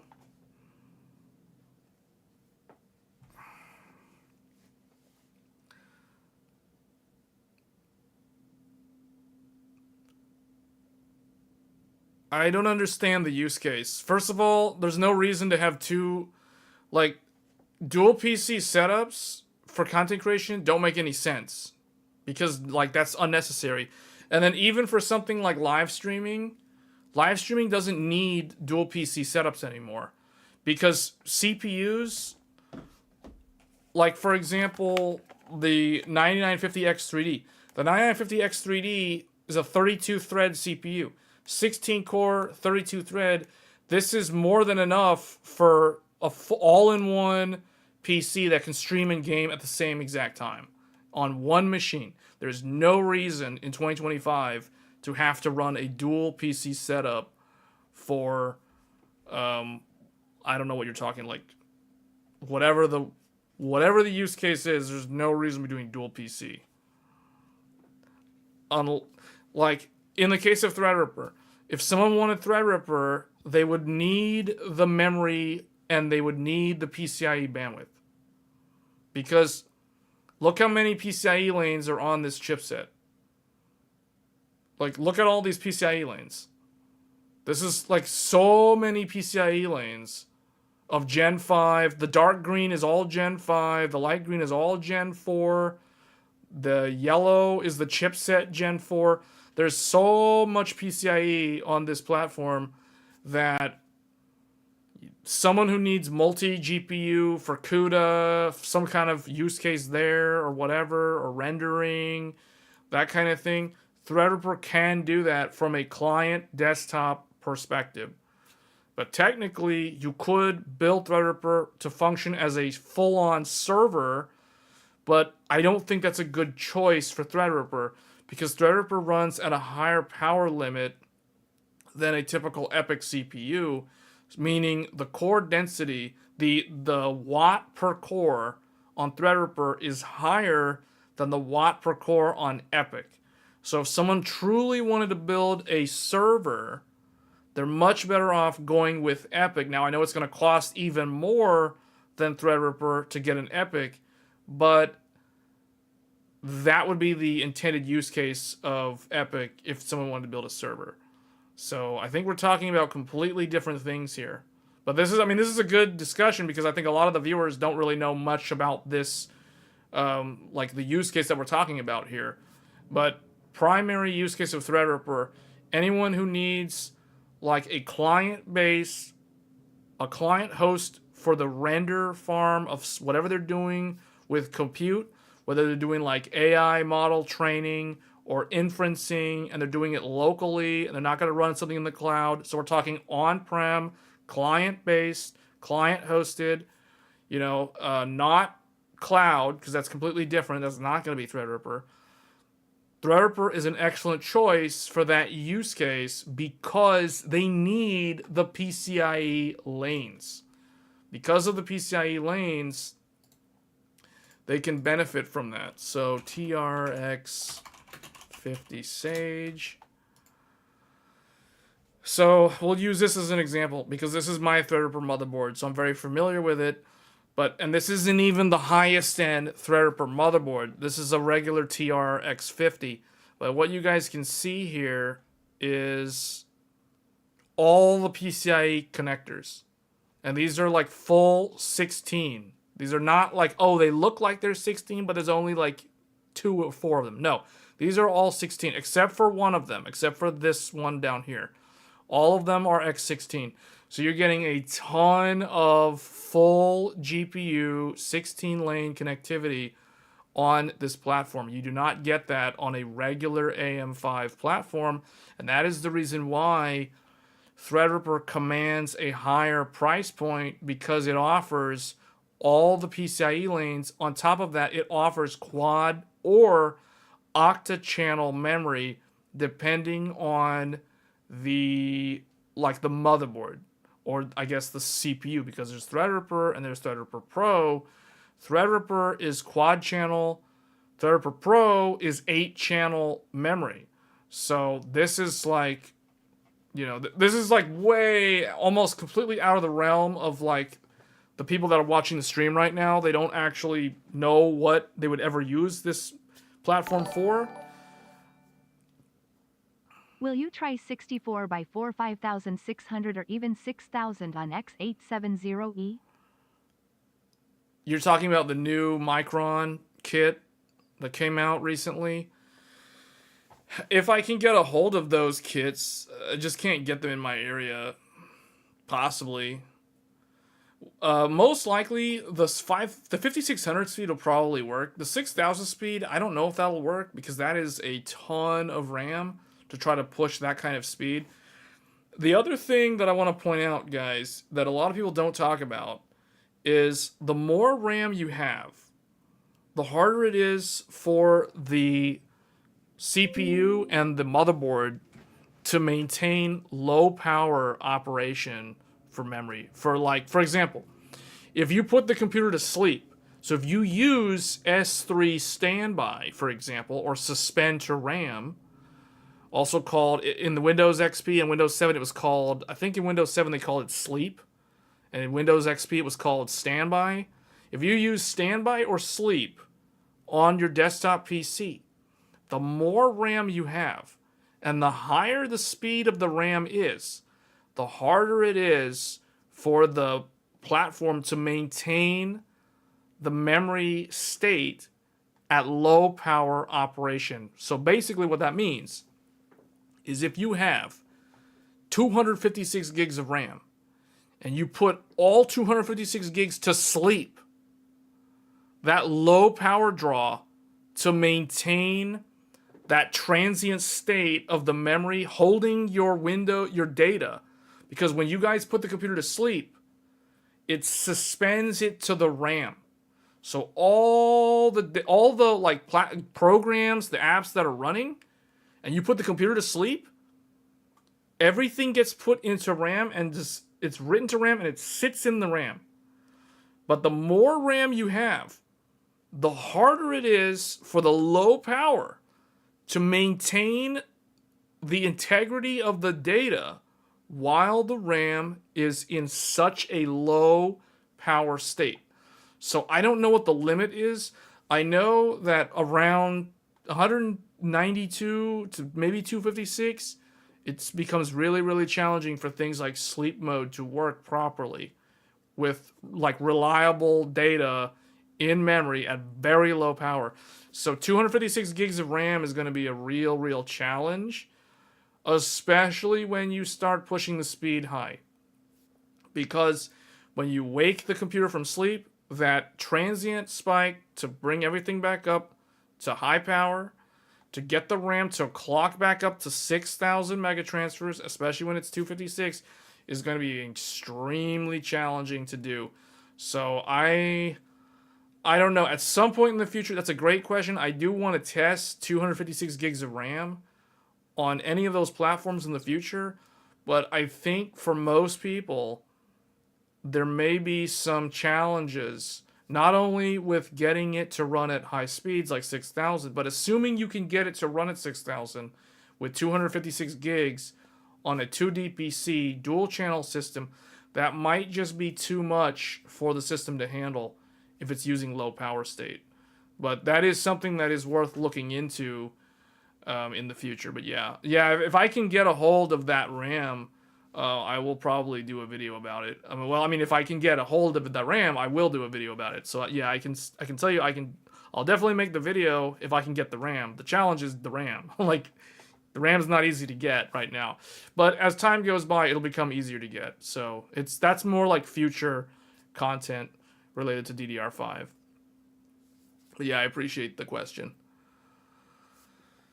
But yeah, the Threadripper thing, I mean, if you're really, really wanting to build a Threadripper system, you better have a very specific use case, because this is not a cheap platform. You know, the motherboard, like the lowest cost Threadripper motherboard is $600 from Gigabyte. So that'd be the Gigabyte Aero D. And, you know, the lowest, think about that. The lowest end Threadripper motherboard is $600. So if you truly need the, I don't know, multi GPU or whatever it is that your software application can take advantage of the hardware, then I guess it makes sense, but I don't know if it really is necessary. Considering, you know, 9950 X3D is significantly cheaper, and you could get a high-end motherboard that is not going to give you as much capability as the Threadripper board, but it's probably going to handle it just fine. I mean, speaking of motherboards that can do that, there is the new ROG. This is a great segue, by the way.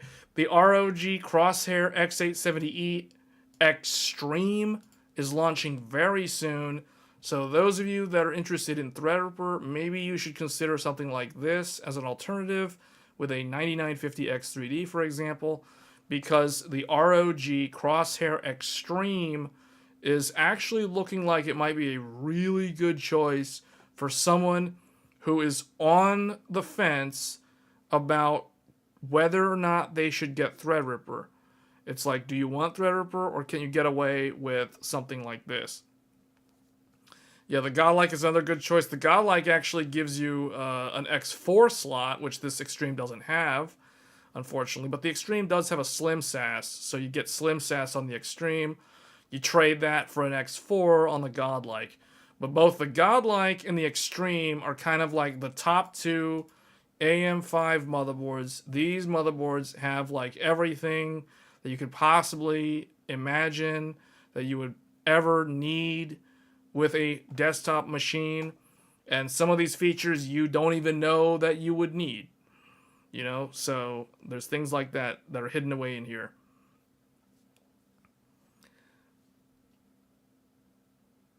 But the comment earlier, the super chat earlier about the 256 gigs of RAM, so 4 times 64, you can run that on the Extreme. So you can technically do 256 gigs of RAM on a AM5 platform.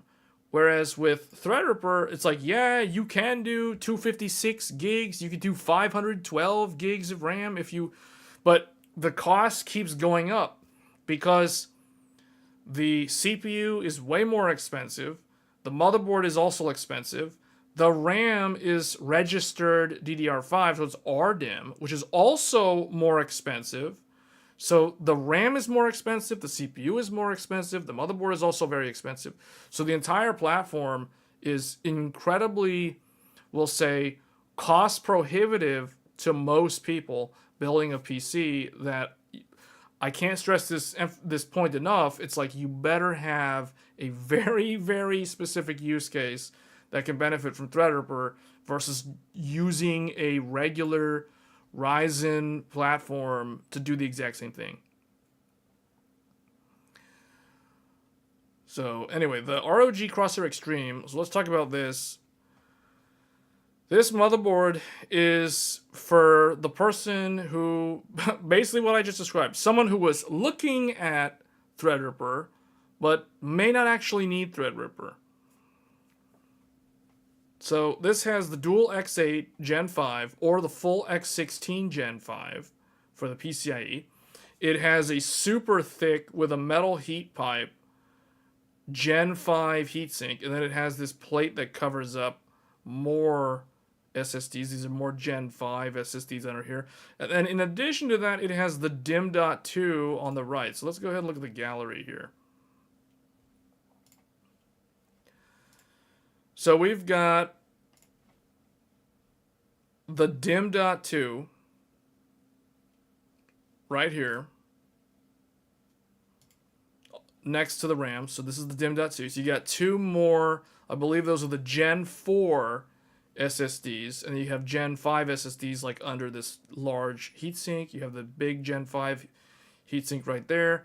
And then on the back, I don't think they have, do they have a good, okay, they do have a good picture. So one thing that's different compared to the Hero and the Apex, the upgrade is now you get the 10 gig LAN that I still believe should have been on the Hero, but now you get the 10 gig LAN on the Extreme, and you get two more USB Type A 10 gig, because the Crosshair Hero, my biggest criticism of the Hero was that it only had 6 Type A USB on the back, and it did not have 10 gig. It had 5 gig plus 2.5 gig. Now there are 8 Type A, and there is 10 gig plus 5 gig. So it is matching MSI's Godlike in the network connectivity options. However, the MSI Godlike still offers significantly more USB-C connectivity. Asus, like all the AM5 motherboards, are offering USB 4/Thunderbolt 4 on its motherboard here. So these top two are the Thunderbolt 4, and then you get these two 10 gig USB Type-C. The MSI Godlike has a lot more 10 gig USB-C versus the Extreme. So that is one thing that is different. Obviously, the Extreme has the full backplate, and then you get the Wi-Fi 7, 320 megahertz, the full 6 gigahertz antenna. And then here is where it gets kind of interesting. So one thing that I want to point out is it does include the more relevant than ever DDR5 fan. So it has active cooling for the DDR5 RAM. So this is actually a very good thing, because we saw this with the Apex, for example. So the Apex is another new super high-end board. I call this the overclocker's motherboard from Asus, because this one includes the RAM cooler. I don't know what's up with their website, but anyway, we'll just let that load in. It comes with the fan on the Apex also. So the Extreme and the Apex include a DDR5 cooling fan, which is very, very useful if you're someone who is wanting to run, memory speeds above DDR5-8000, for example, because at some point in the future, I am going to revisit the CU DIMM, my 8200 kit. I'm going to try to overclock this, and because I'm starting to realize that the reason why my CU DIMM at 8200 was probably not 100% stable was probably due to temperature. It was probably due to temperature. So if I put a cooling fan on it, it might actually work as intended. So that is going to be future content at some point. But the Extreme does have that. I don't know what's up with this thing. Like, can we reload this maybe? Or are they having like a server side problem with the Apex? I don't know what's going on with this. But anyway, the Extreme represents the final motherboard from Asus for AM5, at least for the X870E chipset. Yeah, Gigabyte has that also. Gigabyte has that on the Aorus Master and the AI Top Extreme with the X.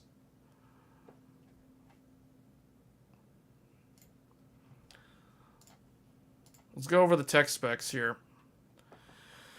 So, this motherboard supports 256 gigabytes of DDR5 It supports up to 8200 plus with Ryzen 9000, 9000 plus with Ryzen 8000, 8000 plus with Ryzen 7000. It supports ECC and non-ECC. So again, this goes back to like the Threadripper comparison. If you're somebody who wants to try to run this like a reliable home server or something, or you're doing like some kind of workload where you need the data integrity, this motherboard supports error correcting RAM. Error code corrected RAM is supported on the Asus Crosshair Extreme. So otherwise, you have to go full RDIMM. Now keep in mind, this is not exactly the same as the registered DIMM on Threadripper, but it does support the ECC version of UDIMM. And then it supports, of course, Expo and Asus's Enhanced Memory Profile. Asus's Enhanced Memory Profile is going to be required if you want to run the 256 gigs of RAM at that higher speed. And then this motherboard also supports Asus's new NitroPath technology. So because it is a 4-DIMM motherboard, it supports the NitroPath. The Apex, I don't know what happened to their website on the Apex, but the Apex does not support NitroPath. And the reason why it doesn't support NitroPath is because it doesn't need to support NitroPath, because NitroPath only works when you have 2 out of the 4 memory slots populated. It doesn't do anything when you're using all 4 slots, and it's completely unnecessary if you only have a 2-DIMM motherboard, because the whole point of NitroPath is to reduce the antenna noise from the empty memory slots. So when you don't have empty memory slots, there is absolutely no reason to have NitroPath. So that's why the Apex doesn't have NitroPath. Alright, it has an HDMI port on the back. It has the dual Thunderbolt 4. It's got... Okay, alright, so dual X8. So actually, let's use Paint to derive this motherboard's block diagram. How about that? Let's do that.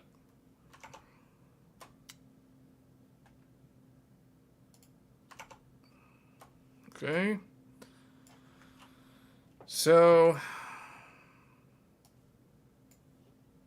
this is it. Here comes the block diagram. We haven't done one of these in a while. I think we haven't done one of these since like last year.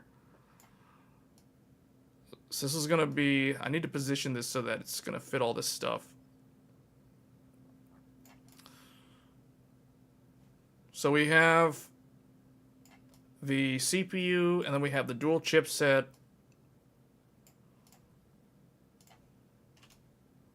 So you have the interconnect, the PCIe X4 that interconnects the AM5 socket down to the Promontory 21 chipset. That is the code name. Prom 21. There are 2 because this is a X870E. Then you have the direct CPU connected PCIe Gen 5 lanes. Then you have some downlink lanes. You have some Gen 3 lanes. You have some more Gen 4 lanes. Then you have some more Gen 3 lanes. So that's typically how it is. So over here, we have the 2 channels.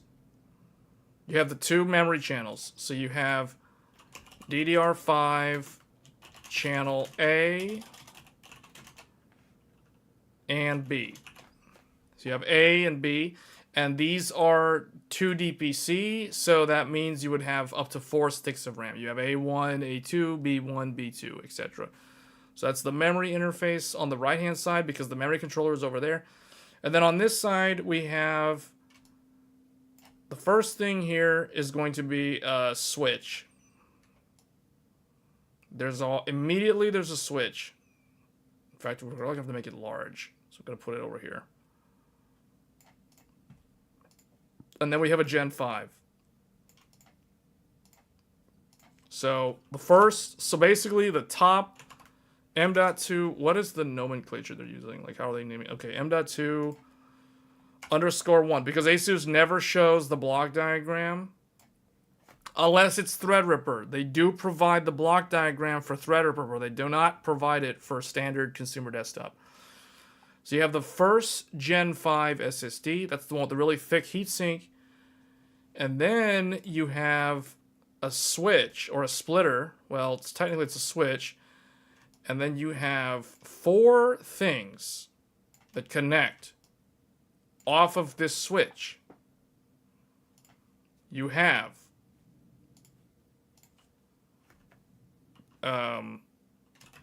should I do the M.2s here? No, let's do the graphics cards. So you have PCIe. How are they calling this? X16 Gen 5 _1. So that's the first one. And then you have the second one. PCIe X16 Gen 5 _2. So you have the 2 PCIe slots. These are both full X16 slots. But only the top one can run at full X16 capabilities. The bottom slot can only run at up to X8. It can either be X8 or it can be X4. And then you have the M.2. I think it's M.2 _2 and _3. M.2 _2 and M.2 _3. So those are the 2 M.2s. So you have a total of 3 Gen 5 SSDs on this motherboard. And potentially 2 Gen 5 graphics cards on this motherboard. But there's a choice. There is lane sharing. As right here, there is lane sharing. This is a total of 16 lanes. This is 4 lanes. So you have a total of... Is that right? No, 24 lanes. So you have PCIe 5.0, 24 lanes. Or we'll just say 24 lanes. You have 24 lanes here that are usable. So the question is, what about the last 4 lanes? There is something here. ASM 4242 goes here. The ASM 4242 chipset goes here. Put this in a box. Everybody that watches these live streams probably already knows what this is. This takes 4 lanes. And what does this provide? This provides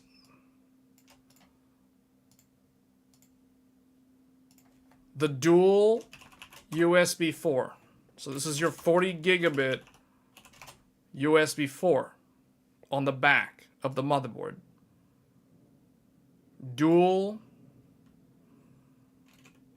There's 2 of them. There's 2 ports.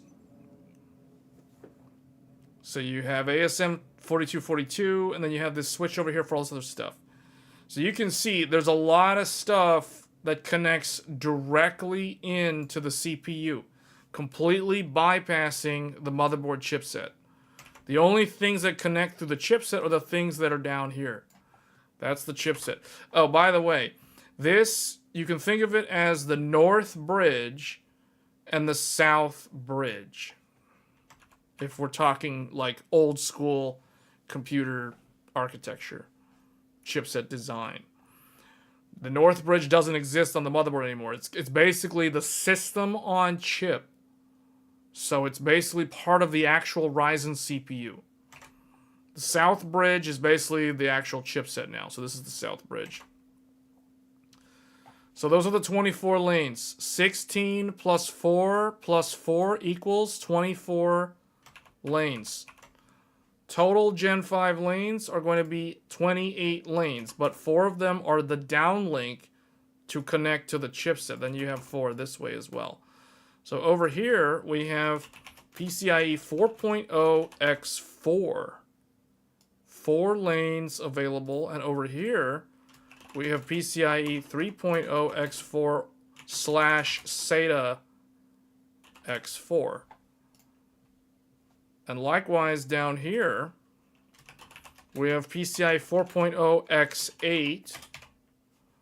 And then over here, we have PCIe 3.0 X4 / SATA X4. Meaning there's a choice. They can either expose this as 4 lanes of Gen 3, or they can do 4 SATA ports. Same deal with the one down here.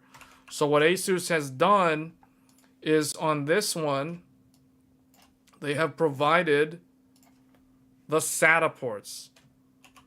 SATA 1, 2, 3, 4. All 4 SATA ports are using all of these lanes. That way, they can support RAID 0, RAID 1, and I believe RAID 5 and maybe RAID 10 or RAID 1.0. But yeah, so that is what they have over here. And then on this one, they have something special here.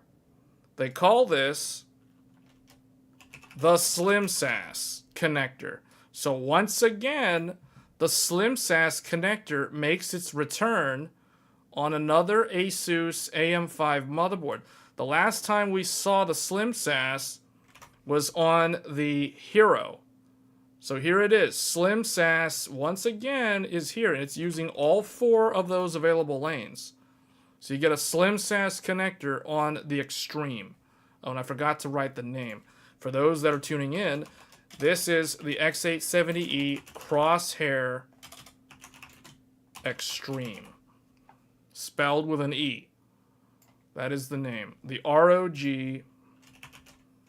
Actually, I think it's the ROG Crosshair X870E Extreme. But anyway, we'll just leave it at that.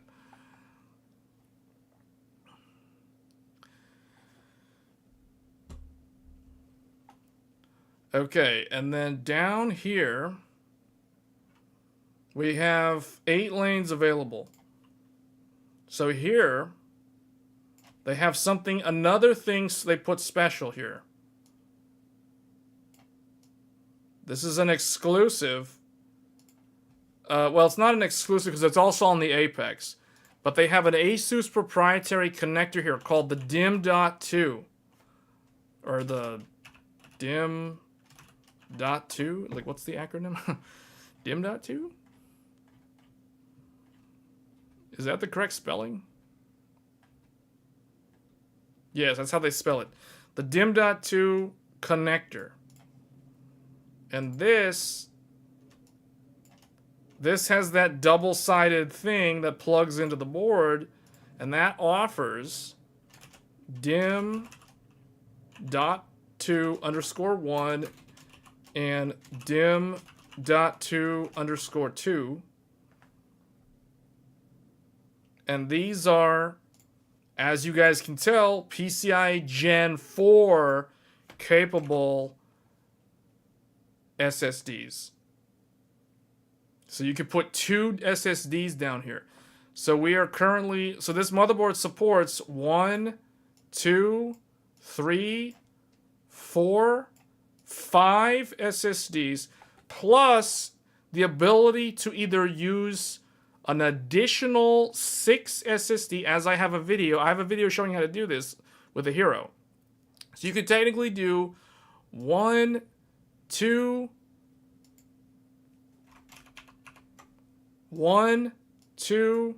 3 Gen 5, and then 4, 5, 6 NVMe drives on the Crosshair Extreme,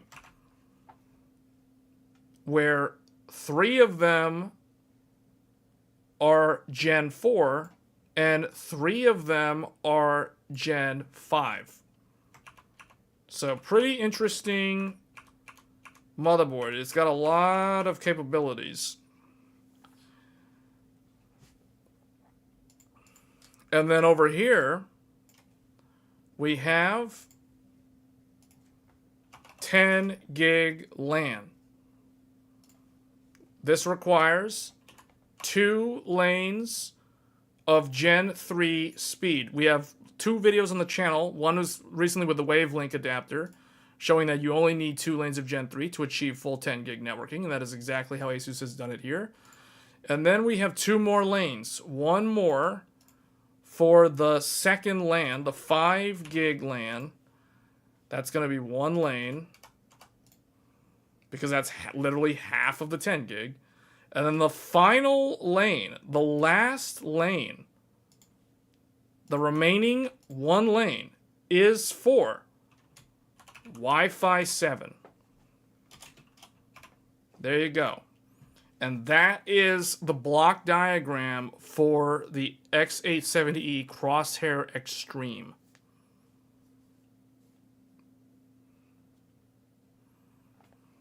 So you've got all your networking on the runs through the chipset. You have all your Gen 4 storage through the chipset. All the SATA through the chipset. The graphics, the Gen 5 SSDs, the USB 4. All of these things run directly to the CPU. Now, it's worth noting some of the USB ports, there are some USB ports that connect directly into the CPU, and others connect into the chipset. So it really just kind of depends on the specific USB port. But I think that is explained in the manual. Yeah, all your high bandwidth, all like your GPU, your super fast storage, your 40 gigabit USB, those things go through the CPU direct. They bypass the chipset. All the slower things like networking, all that stuff, that's going through the chipset.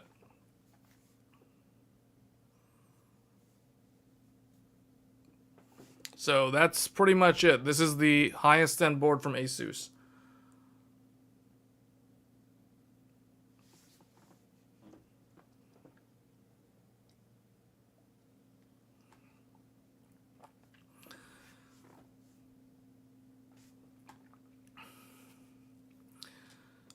You have a 66... you mean like an RX 6600? You have an RX 6600. Should you buy an RX 9060? Probably. I mean, that would be a huge upgrade for you. Is this a server board or just high-end user board? This is the X870E Crosshair Extreme. This is the flagship motherboard from Asus. It is this motherboard. This is the motherboard that we're talking about. It's a high-end consumer desktop motherboard. So what we did was we derived the block diagram, how everything on the motherboard is physically connected to the CPU. And what connects to the chipset and what connects to the CPU directly. Because I think a lot of people are wondering. So basically, these 2 PCIe slots go straight to the CPU. This SSD up here goes straight to the CPU. There are 2 more SSDs underneath here that also go directly to the CPU. And then on the back, these 2 USB-C, which are actually USB 4 ports, which are actually also Thunderbolt ports, they also go directly to the CPU.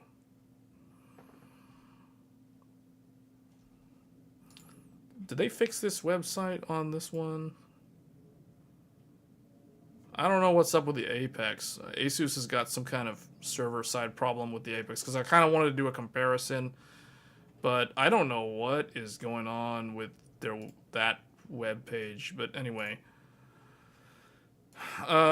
because the thing is, anyone who is considering Threadripper should also consider something like this, because this, like, if you're gonna spend money on, well, I don't know. It depends on it's how you value like cores and memory channels, and PCIe lanes, because that's what's gonna come down to.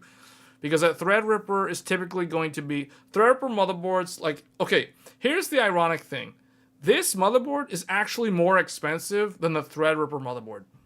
So, this Threadripper board from Asus is $900. $900 for this workstation Sage. The Pro WS TRX50 Sage Wi-Fi. This thing, you can fit, I don't know, like however many SSDs you want, because you can put NVMe cards in here all day. You can run multiple GPUs. You could run 2 GPUs, 3 GPUs, whatever. You know, like a whole bunch of stuff. Dual power supply support, quad channel RAM. It has slim SAS, just like the Extreme. It's got all those Gen 5 SSDs. 1 DPC only, so it's going to be able to do like RDIMM, 512 gigs of RAM or whatever. Like an insane amount of stuff. Debug codes down there. It's got everything. The Threadripper board, or not the Threadripper board, the Extreme, the rumor is that this is going to cost anywhere from $1,000 to $1,400. So, right out the gate, this motherboard is going to be more expensive than the Threadripper motherboard. But the Threadripper platform is still going to be way more money because the CPU, the Threadripper CPU starts around, if you can find a good deal, you can get one for like $1,300 for the lowest end 24 core, 48 thread. Otherwise, your Threadripper CPU, the starting price is around $1,500.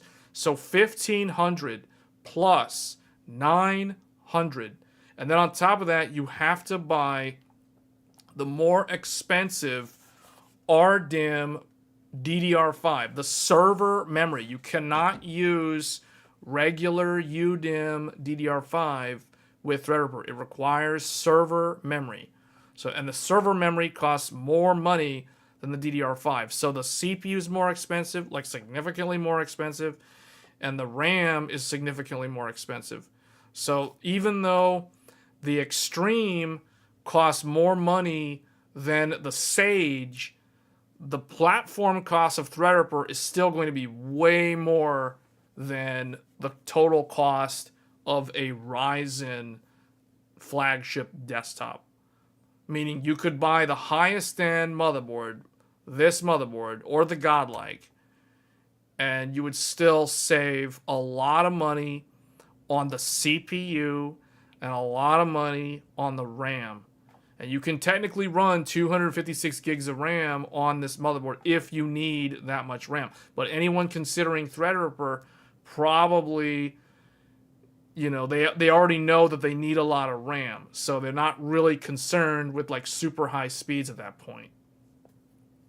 Threadripper platform rips the wallet. Yeah, it is not an easy thing to stomach. The price of this is not an easy platform. MTT, thanks for joining. Welcome to the channel, members. So, I mean, if you're more of an enthusiast, like if you're a hardware enthusiast, but you also want to do like heavy compute with your system, and you want to delve into overclocking, this is probably the better way to go. You get the RAM cooling fan. You can play around with high-speed DDR5, or if you just want high density, you can go high density. So, I mean, this gives you a lot of options. If you're someone who just straight up needs, like, high core count, lots of PCIe, lots of memory bandwidth, and you know your use case, you know exactly how you're going to use that hardware, Threadripper is probably the way to go. But I don't really recommend this for a lot of people. 95% of my viewers are probably... They don't need the Threadripper. It's like too much, guys. Like, it's a lot of hardware. It's a lot.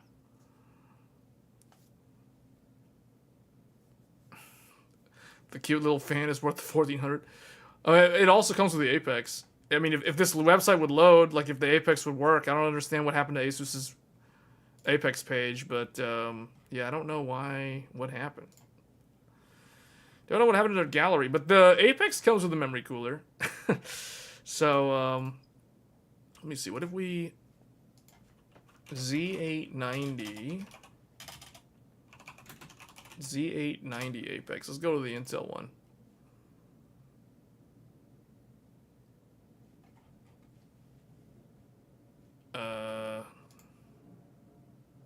Okay.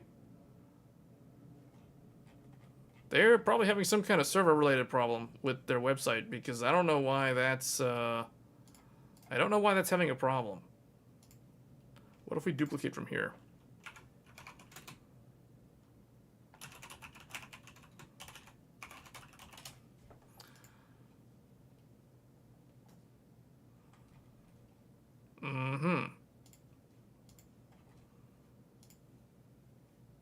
Okay. They are having some kind of problem. I don't know what.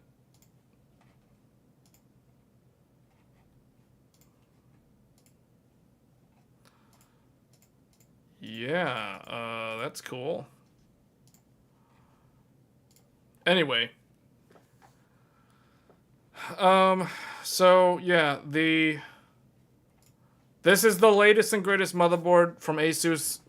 And yeah, it comes with a very heavy price. So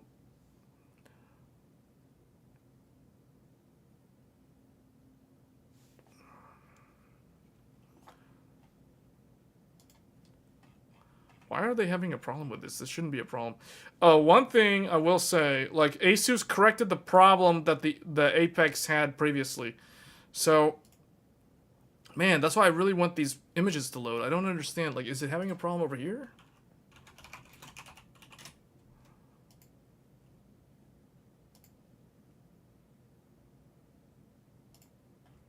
No, it's having the same problem. I don't know. They're having some kind of problem. Anyway, the one thing that I was going to say, and I'm glad that Asus corrected the problem, because on the Intel version of the Apex, the Intel version comes in a really nice white color, so if you're doing like a white build and it's an overclocking build, the Intel board is a good option, but the Intel board doesn't have a backplate, which when I saw that last year when Asus launched with the Intel Core Ultra 200 series, the $750 Apex does not have a backplate.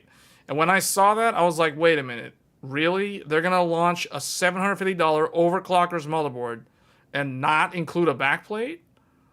Like, that's ridiculous. Thankfully, with the AMD version that launched literally, like, I think a week ago, this one does have the backplate. Now, it only comes in black, whereas the Intel one only comes in white. But at least the AMD one has the backplate. The Intel one does not have the backplate, because I was like, how are they going to charge $750 and not include a backplate on the motherboard? Like, that is ridiculous. Thankfully, they remedied that with the AMD version of the Apex. So the AMD one has the backplate. The Intel one does not have a backplate, which is really sad, considering that is one of the few white motherboards that would go with a really nice overclocking build. But anyway.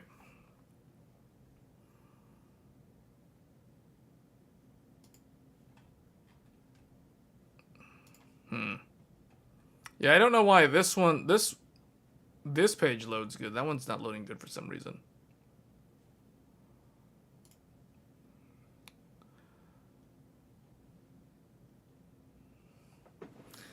Anyway, I think that pretty much covers it for the topics.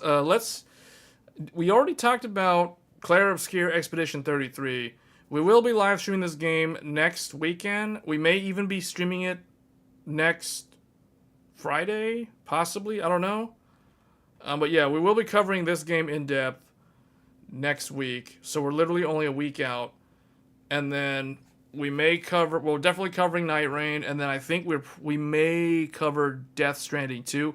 I watched the latest trailer for Death Stranding 2, and now I'm actually kind of hyped for that game, because that game looks really, really good. So we will probably cover Death Stranding 2 when it comes out. And after that, I don't know what we're going to do in terms of like game-related content on the channel, because there's really like nothing that I can think of that's coming out after that. Doom, The Dark Ages next month. I don't know if I'm covering that. Well, if there's like a gap, but yeah, I don't know.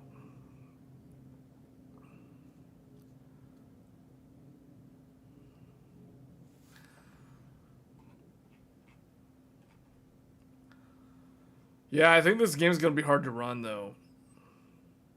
6800 XT for 1080p 60, although it's high settings though. So hold on. So let's do some theory crafting here. So if a 6800 XT, if this is a 1080p graphics card for Expedition 33, then you would need, I'm gonna guess, for 1440p, you would need the RX 7900 XT or better for 1440p. And then for 4K, it would probably need this or better. Which is based off of VRAM, based off of like the performance difference. That's what it's looking like. So pretty challenging game to run, but I don't know how CPU heavy this is going to be. This is a single player game, so I don't think it's going to be like crazy CPU. I mean, they're saying you can basically get away with pandemic CPUs and technically pandemic GPUs for 1080p 60. So, yeah.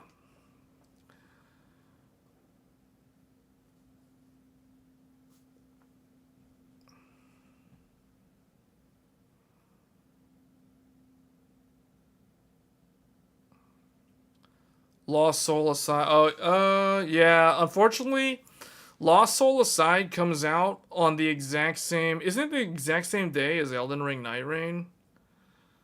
Yeah, you're right. Lost Soul Aside's another one that's coming out. I don't know. We may revisit Lords of the Fallen version 2.0. There was one ending that I didn't get in this game. This game had 3 different endings. I only got 2 out of the 3 endings. The really complicated, challenging ending, that one I don't have. So, I don't know. If I'm going to replay this game again, I might go for that final ending. The hidden... They call it the hidden ending. Because one ending is like... It's like the good ending. Then one is the bad ending. And then there's like a really, really weird, messed up ending. Which is like the one that I never got. So... Maybe we'll play through it again just to get the third and final ending. But so far... Let's go back to Paint here. So far for the games. So let's go over some of the games that have come out this year. Dynasty, Warriors, Origins... What else?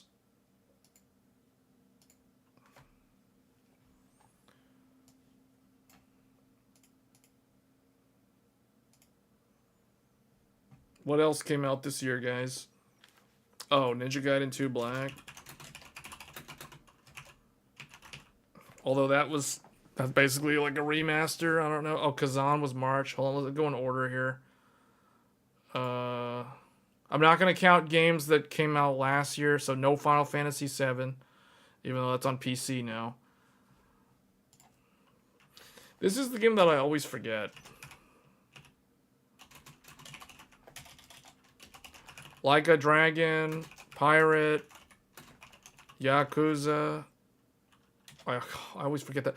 Monster Hunter, Wilds. Stalker 2. When was Stalker 2? When was that? Because I don't have it listed. I don't remember.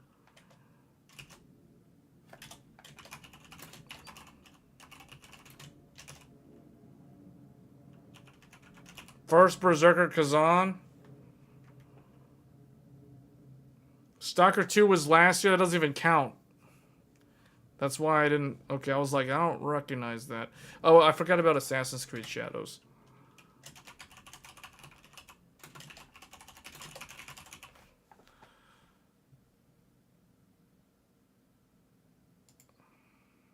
Okay. So then...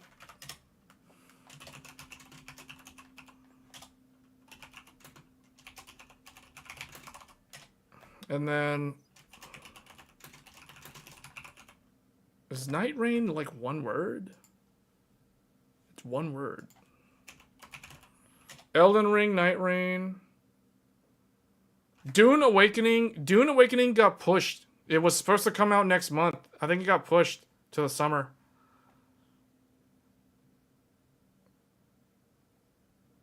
Onimusha 2 Samurai's Destiny is coming out next month, but that's like another... I don't know if I want to include that, but if I'm including this, then I guess I can include that. I still don't know if I'm gonna get that game though.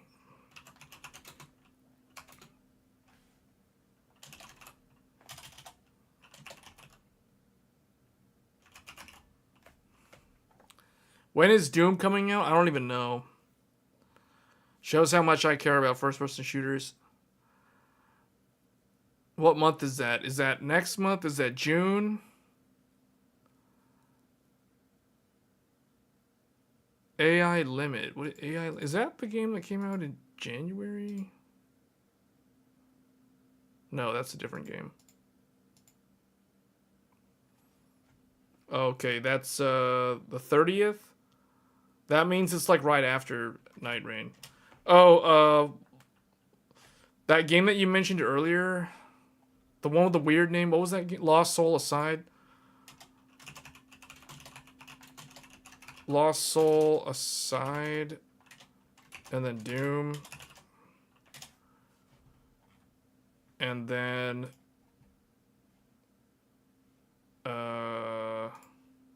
Death Stranding 2. Okay.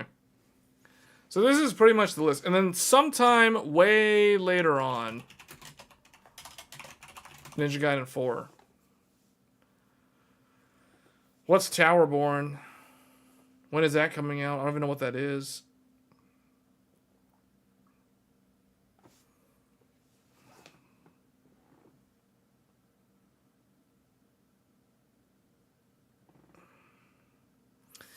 So far,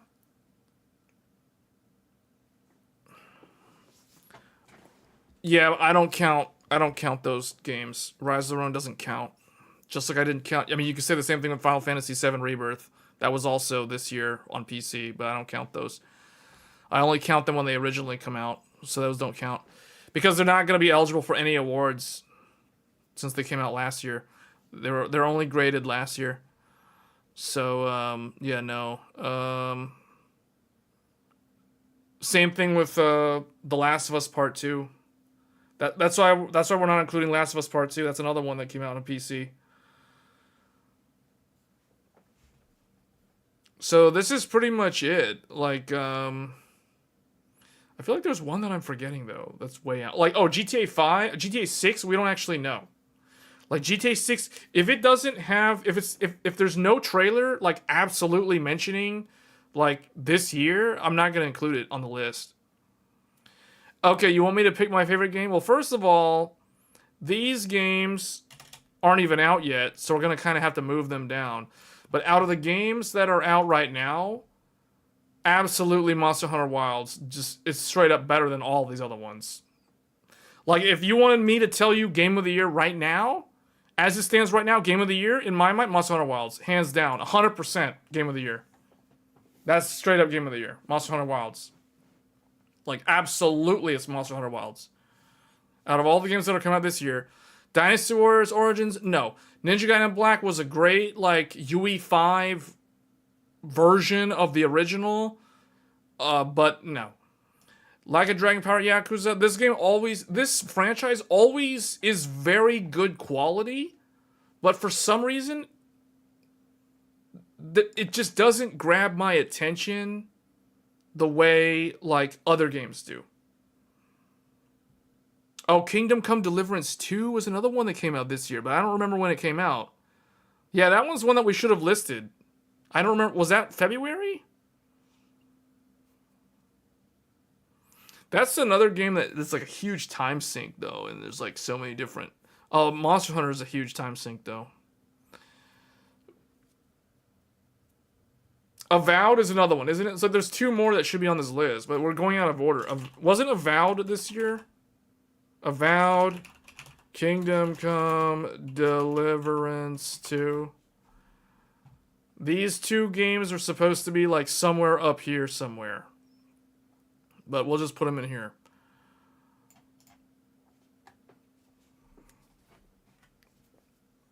But no, like you guys are asking me personally, it's Monster Hunter Wilds. Now I wish I didn't mark these two out, but yeah, let me put these back in.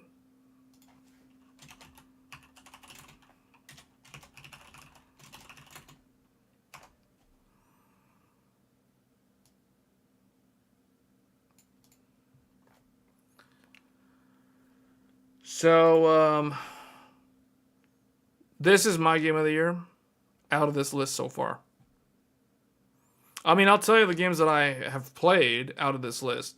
So I have played Dynasty Warriors, Ninja Gaiden, Like a Dragon, obviously Monster Hunter Wilds, Assassin's Creed Shadows, First Berserker Kazan, although I'm not really super far into this game. I'm actually considering like dropping the difficulty down to easy just so I can actually finish the game in a decent amount of time. But I keep, like, for some reason this game just doesn't click with me. Like, for those of you wondering, I'm using the Greatsword, and maybe the problem is I'm using the Greatsword, and I should switch to the Spear. Everyone that I know that has played this game keeps telling me either go play it on easy mode or switch to Spear. Because I'm playing it on normal with the Greatsword, and it is not fun. This game is not fun. Like, Neo 2 is the closest comparison, and Lies of P with the pairing, and Neo 2 is way more fun than Kazan, and it doesn't feel as like punishingly hard for the sake of being hard as Kazan does, nor does it want you to play like you're a parry god. Whereas I feel like Kazan, at least if you're using the Greatsword, it wants you to be a parry god, and I don't feel like I'm in the mood to play a game like that. So at least as a first playthrough, I don't really want to have to memorize every single boss pattern. So I'm not a big fan of Kazan, but I have played it. So at some point we may show it on stream if there's like nothing else going on. But I'd much rather play Monster Hunter Wilds. And then Avowed, I never played it. Kingdom Come, I never played it. Clair Obscur, we will play this. I don't know if I'm going to play that. Elden Ring, we will play. Lost Side, I don't know. Doom, probably not. Death Stranding, we probably will. And Ninja Gaiden 4, we definitely will. So that is the gaming content going forward. And that's pretty much the games for the rest of the year. I don't really see myself getting a lot of games for the second half, aside from Ninja Gaiden 4. Atomfall came out this month. Isn't Atomfall a game that came out like 2 years ago? Am I thinking of the same game? Oh, never mind. I'm thinking of a different game.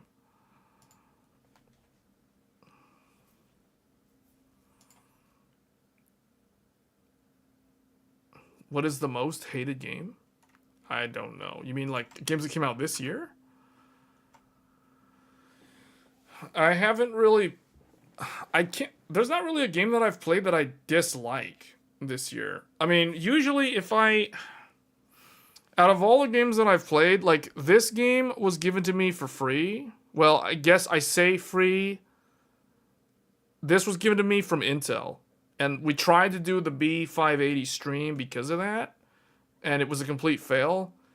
But, yeah, this game was given to me for free. I think that was it. The other ones I had to all buy. Yeah. Unless one of those was like an AMD bundle thing. I can't remember. I don't think any of these were AMD. I know Monster Hunter Wilds is an AMD bundle game. So, meaning if you go Intel, you can get Assassin's Creed Shadows for free. If you go AMD, either Ryzen or Radeon, you can get... Oh, and also, like, if you go Intel Core Ultra, you can get Assassin's Creed Shadows for free. Or if you buy a B580, you can get Assassin's Creed Shadows. AMD, you buy any CPU that's not X3D, you get Monster Hunter Wilds. And if you buy any GPU that is not 9070 XT or 9070, you get Monster Hunter Wilds. So there's ways to get those two games for free, like through a PC upgrade, basically. So, MSI X870 Edge, does it have a postcode? That'll be my first question. If it doesn't have a postcode, I don't like it. If it has a postcode, then now we can look at it. But I don't recommend boards that don't have postcode debugs.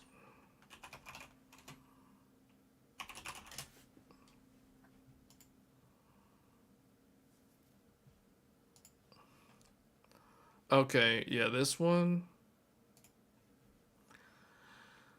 Okay, I mean, it has...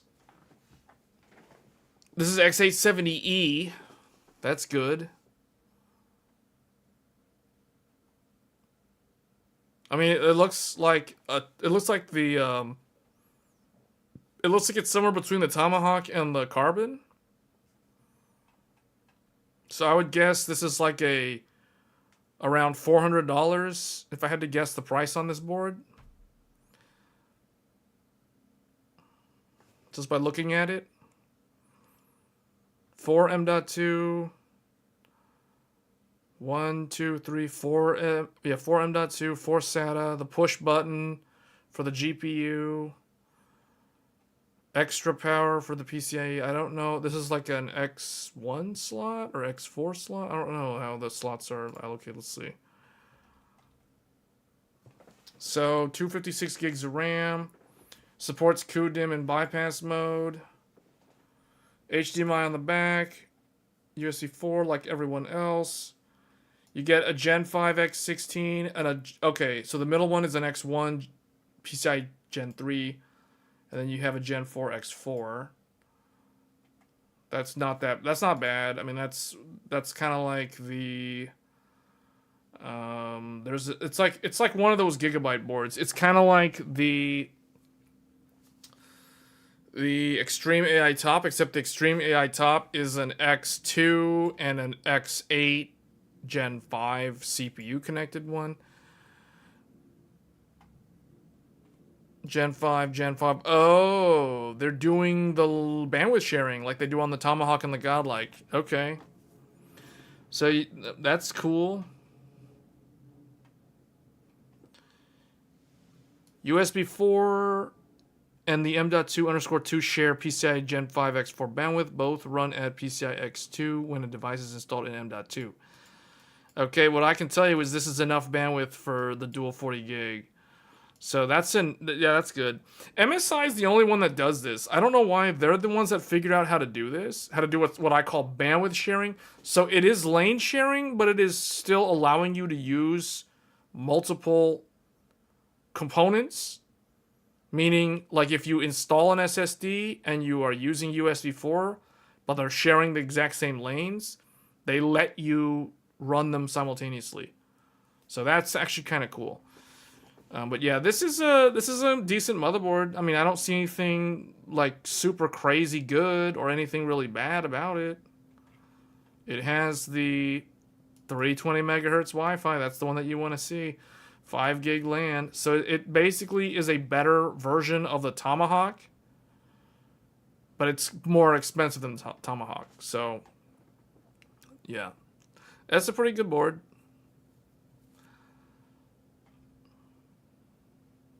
Supports up to 80 400 mega transfers, 2 sticks of single rank.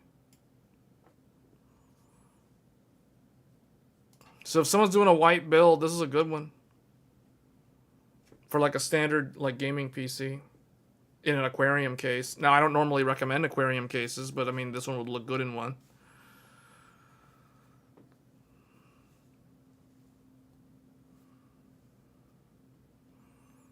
No, I wouldn't say it's modders. I mean, no, most likely anyone who's building these PCs are going to be using a graphics card with the monitors. USB 4 is more for like external capture cards, for external storage devices that are high-speed NVMe. Because the difference between USB 4 and standard older USB 4 provides a technology called PCIe tunneling. And this might be a subject for a future video or a future live stream. And I think this is where we'll end the stream on this thought about USB 4. So USB 4 and micro SD Express. These technologies are different from standard USB and standard micro SD. Why am I mentioning micro SD Express? Because we are going to talk about micro SD Express in the future, because there is something coming out called the Nintendo Switch 2 that we will be covering on this channel when it launches in the summer. So micro SD Express is required for the Nintendo Switch 2, meaning you cannot use a standard micro SD card with the Switch 2. It requires micro SD Express. USB 4 also provides a technology under the hood very similar to what micro SD Express uses. That technology is called PCIe. PCIe and NVMe. So these technologies are supported by micro SD Express and USB 4. USB 4 uses something called PCIe tunneling. This is something that you cannot do with a standard USB interface. So this is the reason why, for example, the USB 4 connects to the CPU direct on these newer X870E motherboards, because it's using PCIe as though it was a PCIe interface. So what can you do with USB 4 that you cannot do with regular USB? Well, you can literally run NVMe directly into the USB port and it'll work, because it will use PCIe tunneling to expose the PCIe lanes to the NVMe storage device, therefore allowing you to achieve the 40 gigabit transfer speeds over a USB-C interface. So that is one of the ways it's different. So the way I personally use USB 4 is with 4K 60 FPS external capture cards. So you can do this, and also it's HDR capable. 4K 60 HDR external capture cards also can benefit from USB 4. Now, you can technically, there are newer capture cards that can do 4K 60 over like a USB Gen 3.2, 2x2 or 2x1, like a 10 gigabit USB-C or a 20 gigabit USB-C. There are capture cards that do that. However, those capture cards have higher latency versus a capture card that connects over USB 4, because, like I said earlier, you're tapping in directly into that well of PCIe bandwidth, and that is going to translate into lower latency. So if you're someone who wants to live stream, for example, Death Stranding 2 on a PlayStation 5 Pro, a 4K 60 external capture card over USB 4 is probably the best experience, because it'll have the lowest latency and it will not require you to use an internal PCIe capture card, because you just keep it outside the computer. So this is one of the benefits of USB 4 that no one really talks about, but we do cover stuff like that on this channel. But anyway, guys, that's going to be it. We've covered all the topics of this live stream. So if you're new to the channel, and you just subscribed or you joined, much appreciated. It does help me. I'll feel motivated to keep making these type of videos, keep doing this type of live stream content, because, you know, right now we're in a period where there's not a lot of enthusiasm going into the rest of this year when it comes to computer hardware. So the GPU market is kind of a mess right now. So I have seen, in terms of like interest in the content, in this tech related content, it has kind of gone down. It's been trending downward industry wide, for like people watching like tech related content. So it is kind of tough being in that situation. But you know, we'll just keep doing what we do, and hopefully people that tune in can learn something. So anyway, guys, thanks for tuning in. We will probably do a live stream this weekend, either tomorrow evening or Saturday evening, for one of, maybe we'll look at Kazan. If not Kazan, we'll probably do a Monster Hunter Wilds or something like that. But anyway, guys, you can tune into that. If you are subscribed, hit the bell icon, or if you're not subscribed, do get subscribed and hit the bell icon so you know when I go live, because sometimes we do live streams on the weekend just kind of like at random. They could be at the regular evening time, or they could be in the middle of the day. It really just kind of depends. And if you want to tune in, if you're available, you know, you want to have that bell icon activated so you get notified. Anyway, guys, thanks for tuning in again, and I will see you next time. Thanks.